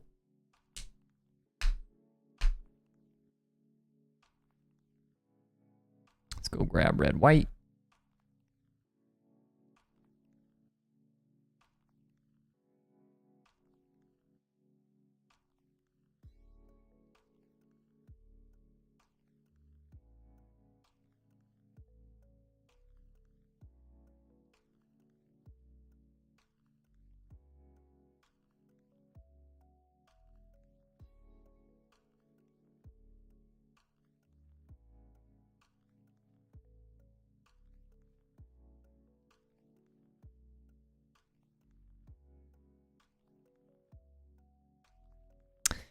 My opponent has once again stopped me in my upkeep.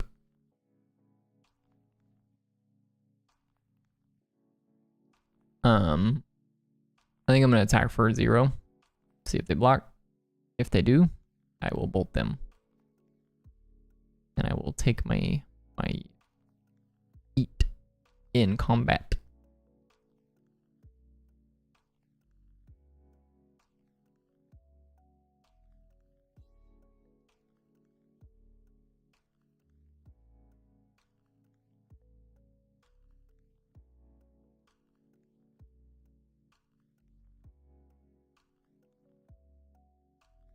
Probably not even really worth it to attack with the Lumimancer, because like I would actually rather just play Arcanist on this turn. So I'm gonna do that. I'm just gonna play Arcanist here. And say go.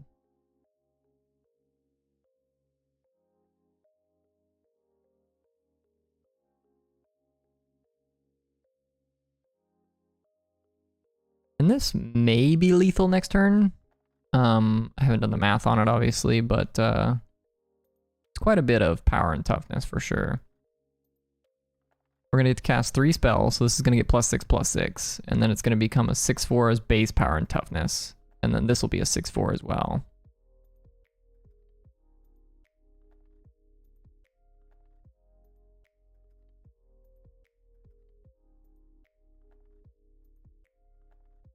Well, that is just annoying.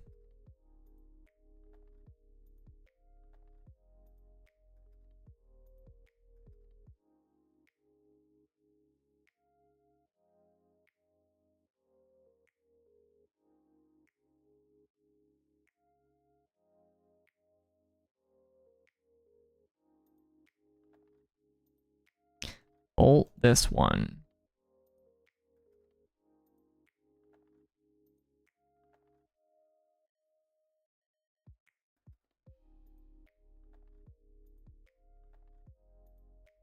I guess I should have probably played Dragon's Rage Channeler before doing this because they're gonna give this pro red, and then so we can't like attack and bolt this. Yeah. So I'm just gonna attack with the lumimancer. And given that they were gonna take this line, I should have just played this pre-bolting just to get a surveil out of the bolt.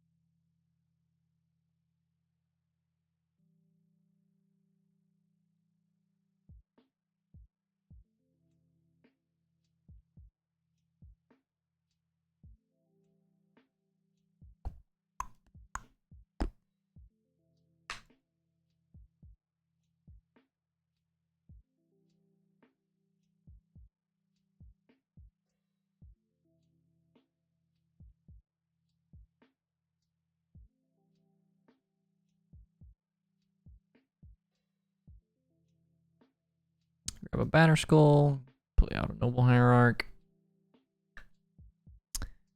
Hey, Eric Heineman, appreciate you tuning in, man. What's going on? So we can scale up the Dreadhorde, put a card in the graveyard. We can then attack with the Dreadhorde, target Bolt, flashback Bolt, target Thalia. Or we can target the Stoneforge, which seems like the more correct play. Yeah, I think I'm gonna do that.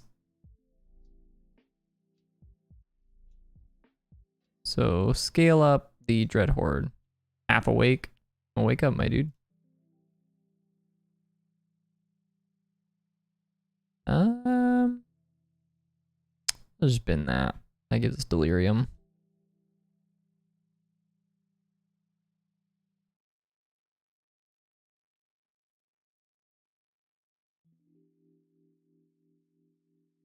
So a tad bit awkward here. I am going to flash back Lightning Bolt.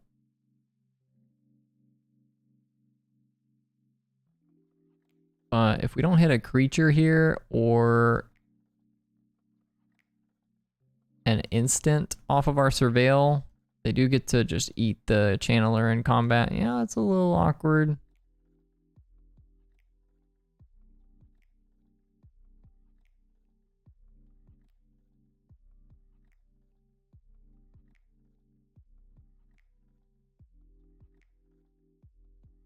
Yep. Now we have delirium. But not the end of the world.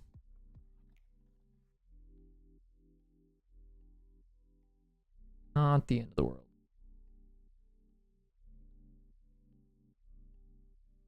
So next turn we get to attack with Dreadhorde Arcanist and scale up the Arcanist from the graveyard. Only costs us 1 mana to do that because of the Thalia in play. It looks like my opponent's trying to line up playing a Batter Skull. They're gonna Ghost Quarter me here most likely. So their hand is like Batter Skull plus 1 unknown. It's fine.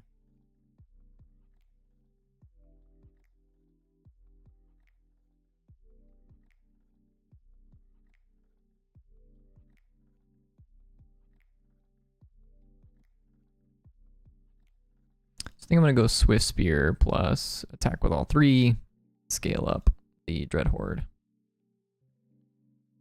And it's rather difficult for them to block that.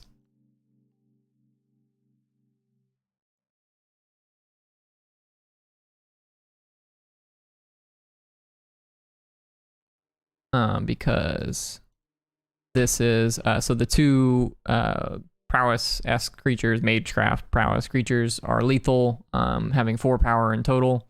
And then the Dreadhorde Arcanist is going to have 6 power with trample. So they can throw, let's see, they can chump the lumimancer with Hierarch. They can chump the Swift Spear with Thalia, and then they can throw the Leonin Arbiter under the bus, and they're dead. I think they're dead every way they slice it here. I think this is just lethal because the Dreadhorde Arcanist has trample.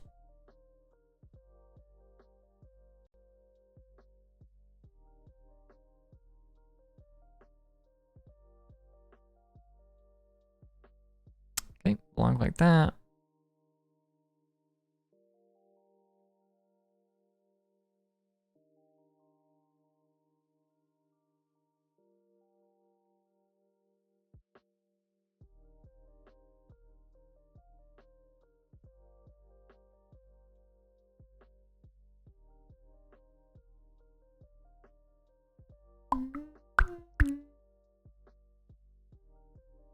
You're dead, my dude.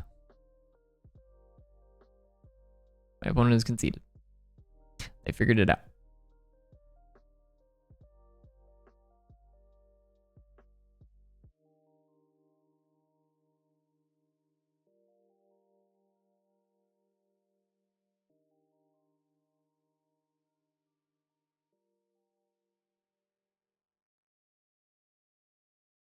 Dreadhorde Arcanist seems like kind of just like the best card in this particular matchup. Just super strong at chewing away at their creatures and giving you additional ways to pump your guys, that sort of thing. It's a really powerful effect. Speak of the devil. Question is, am I supposed to keep this hand that is trying to play like Lumimancer on 1 and scale up on 2? It's kind of awkward. Like, this hand gets a lot better if we draw a second land.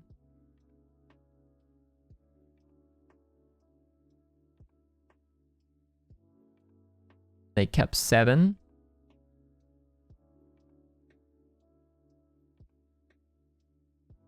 I'm gonna mulligan. The scale ups are kind of awkward in this matchup, so we'll keep this. This has a turn 1 Lumimancer, turn 2 Dreadhorde. And I think I'm gonna keep the prismatic ending over the scale up. That. Say done.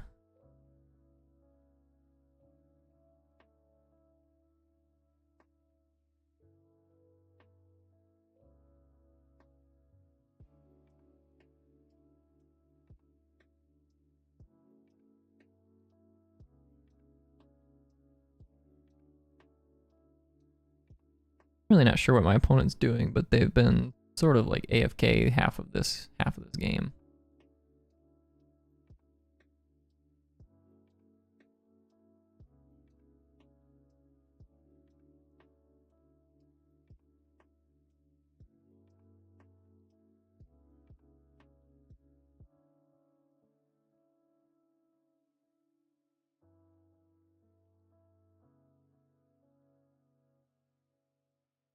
So I think I'm gonna just play Lumimancer here.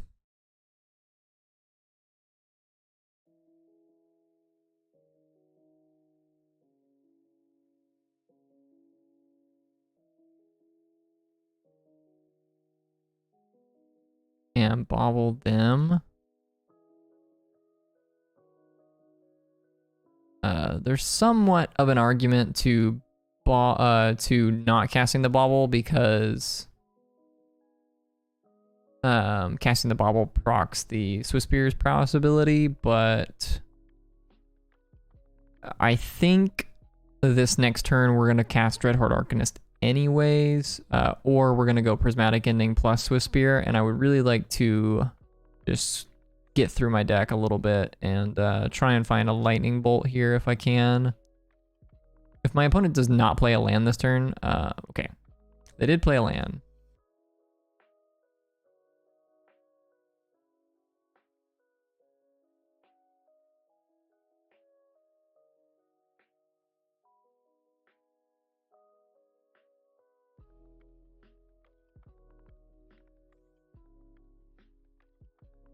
Okay, so question is, do we want to just play out a Dreadhorde Arcanist, which offers better returns on later turns?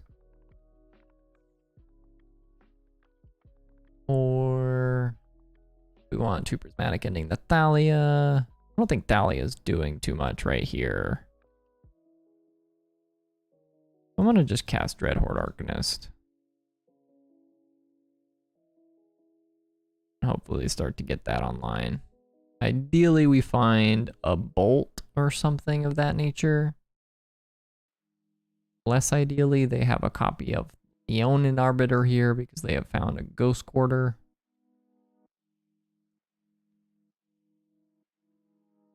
Skyclave? Skyclave Apparition. That's the one that we saw them have a Skyclave on top. So this is fine.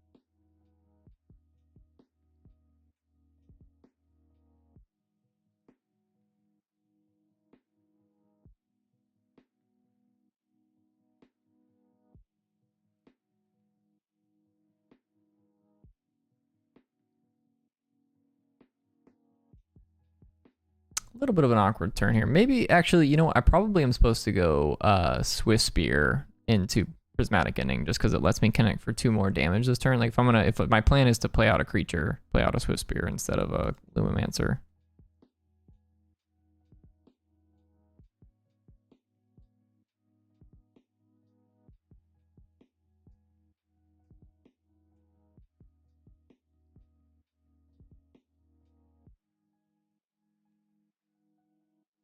Oh, well, I had a second Thalia, which kind of stinks, but it's not the end of the world.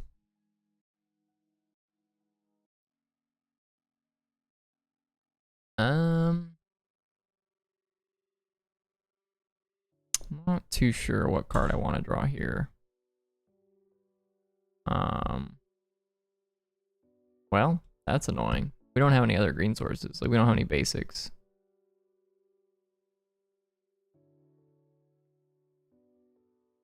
Well, okay, so we have a basic mountain for to be clear.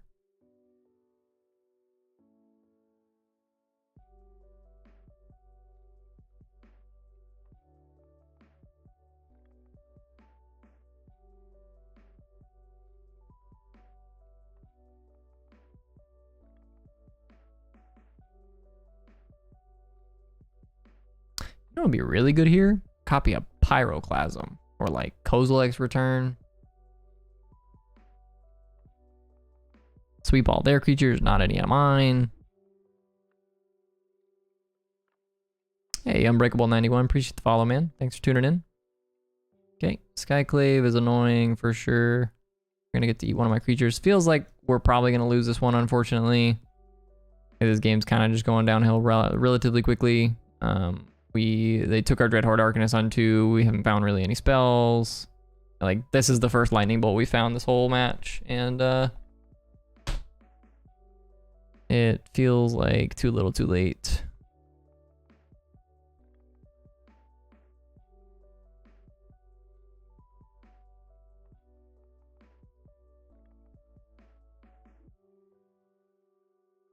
I suppose that it does make our blocks pretty good, though.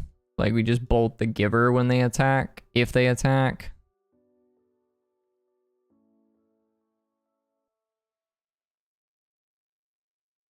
Like, I don't actually know if they're supposed to attack now. They're afraid of lightning bolt.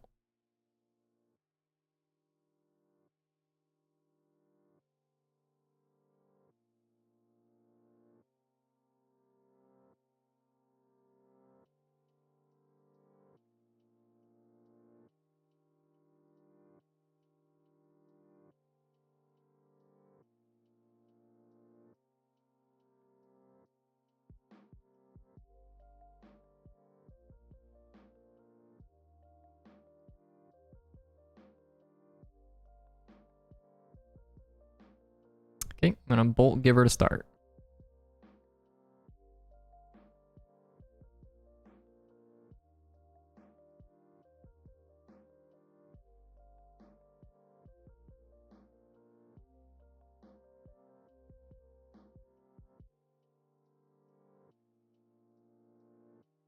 They're going to give one creature protection from red or white. Does not matter which creature they pick, because my creatures are going to eat all of their creatures in combat. With the exception of exactly the Stirring Wildwood. Whether or not I want to chump block the Stirring Wildwood is kind of in the air. So they gave this pro red, so we're just going to block it with a white creature.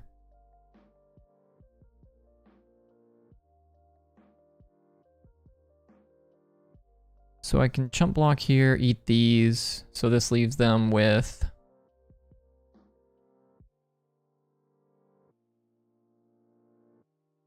Could also just do this. They deal 3 here, we eat the land. Seems better to eat the land than it does to...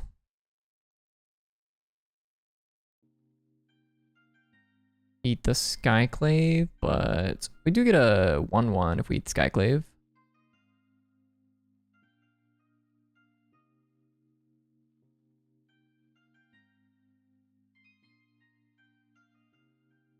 I think it's easier for us to eat the Skyclave again, like at a later point. Especially now that we have this 2/2 in play like at all times.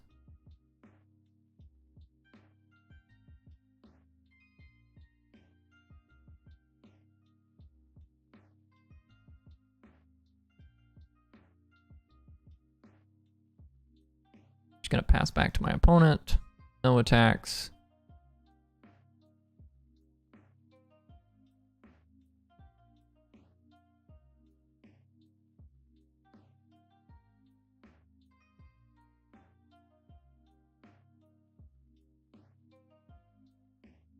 Found a giver.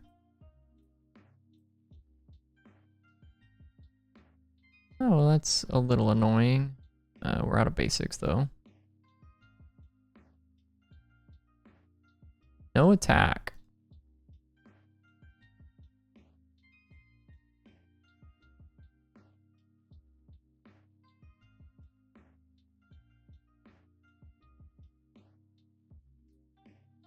So they can like give this pro red pre-combat.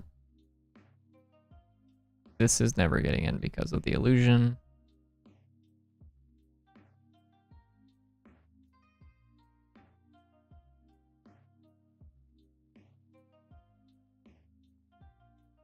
They are supposed to attack with the Skyclave apparition. If they don't, it's just incorrect.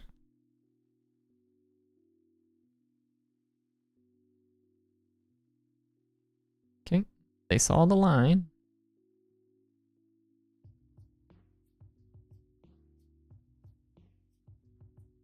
Perhaps I'm supposed to just throw a Swiss Spear under the bus, because it gives us the 3 colors to potentially block the Skyclave with in the future.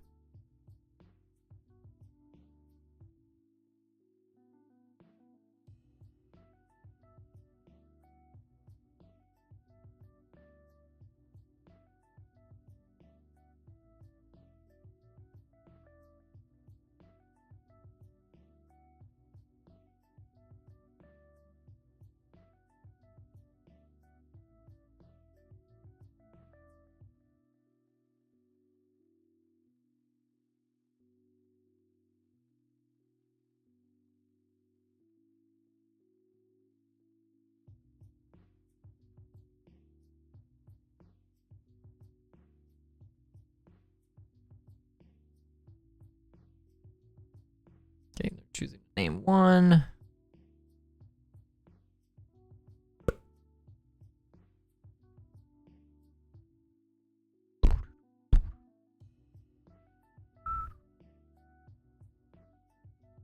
Attacking with the Skyclave again.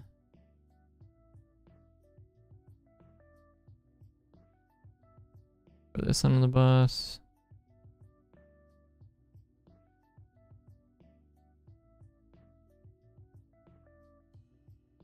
believe we have we have Stomping Ground still to fetch.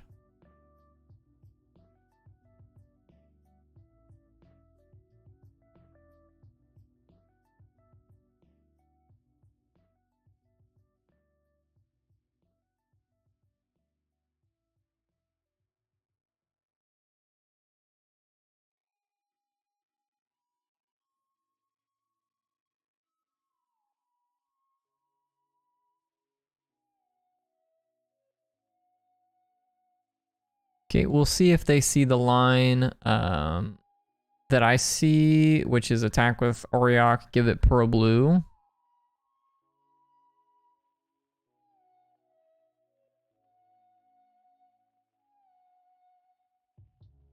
Feels like they're probably going to find a way to kill me this turn, but yep.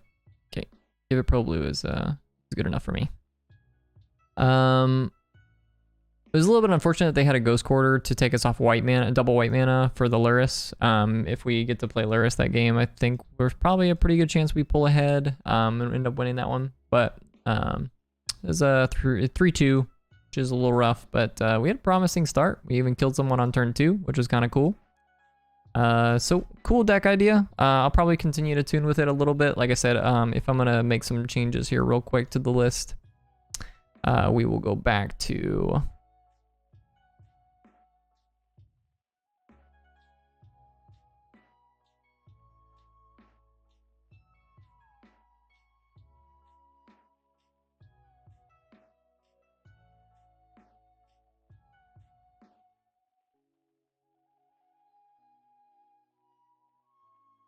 3 copies of Soul Guide Lantern to start. Don't think you really need the Fragmentizes.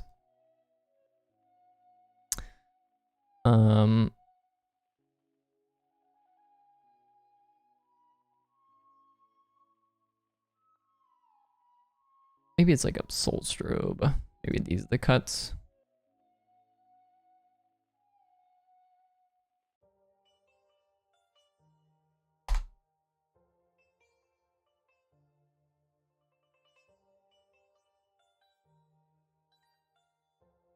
And Unholy Heat is like a much better main board and sideboard for this kind of a deck, I think.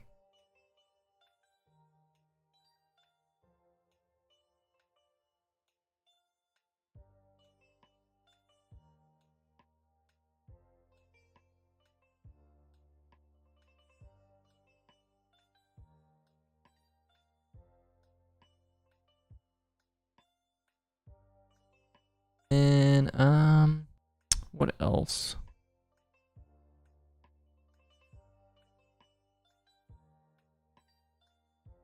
I just want like 1 extra copy of Veil of Summer, and then I think the fragment. So the thing about Fragmentize is like I do think you want some answers to Urza Saga. I don't think you can just like let them make a bunch of constructs, especially if they have the mana and they slow you down a little bit. You want some way to interact with their construct making plan. So Fragmentize is a pretty good answer to that, and I think it's slightly better than Alpine Moon. I could be wrong about that one. Obviously, Alpine Moon is a good way to permanently answer all of the Urza Sagas, but Fragmentize triggers Clever Lumimancer, whereas Alpine Moon does not.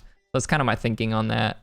You know, just playing a card that triggers your Lumimancer rather than playing one that doesn't. Obviously, Alpine Moon still triggers Prowess, but and it triggers the Channeler, which is fine, but you know, just playing Fragmentize seems okay, I think. In all honesty, the white in this deck for the Clever Lumimancer seems kind of underwhelming. I'm not gonna lie. So perhaps we're supposed to cut this for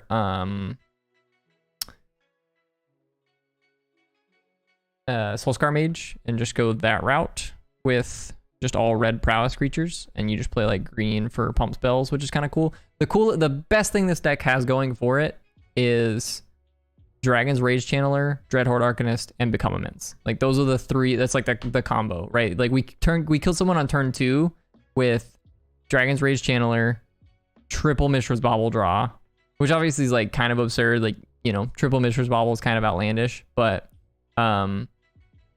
you know, if you have any number of Mishra's Baubles and like Manamorphoses, like you can pretty easily have this pulled off. So Mishra's Bauble, 1 channeler. So we went turn 1 channeler, bobble, bobble, bobble, put the 3 cards in the graveyard, untap, draw our cards for the turn, and we had enough fetch lands, baubles, and cards that we had surveilled off the channeler in the graveyard to kill our opponent with 2 copies of Become a Minch, which gives the channeler plus 12 plus 12. It has plus 3 because there's delirium, and my opponent had fetch shocked twice. Like they had taken their turn and done a couple things. I think they thought Thoughtseize maybe once. They were at like 15 life exactly. So we did have a turn 2 kill, which is kind of cool. So yeah, I think that's kind of it with this deck. I'll probably continue messing around with this because it seems quite powerful, but there might be a world where I just cut the white entirely. But I think I want to keep Luris in the deck because like this sideboard plan, or having the companion is pretty powerful in a deck like this where you want some way to continue on into the late game. So yeah, in any case, I'm gonna go ahead and cut the stream off here. That's all I'm gonna do for tonight. For the days moving forward, I am going to be on vacation for a little while, so I will not be streaming for a few weeks. I'll be returning on the Friday to the 9th, and we'll be streaming the challenge on that Saturday, so the 10th. So I will be back for that challenge, but I won't be playing in this upcoming challenge. In any case, I will have a couple YouTube videos coming out, so if you haven't already checked out my YouTube channel, be sure to check me out there. And you can also follow me on Twitter to know when I'm going live. I will post this on Twitter as well, just a notification, just to let you guys know that I'm gonna be gone for a little while. In any case, I hope you guys are all having a good day, and I will see you guys next time.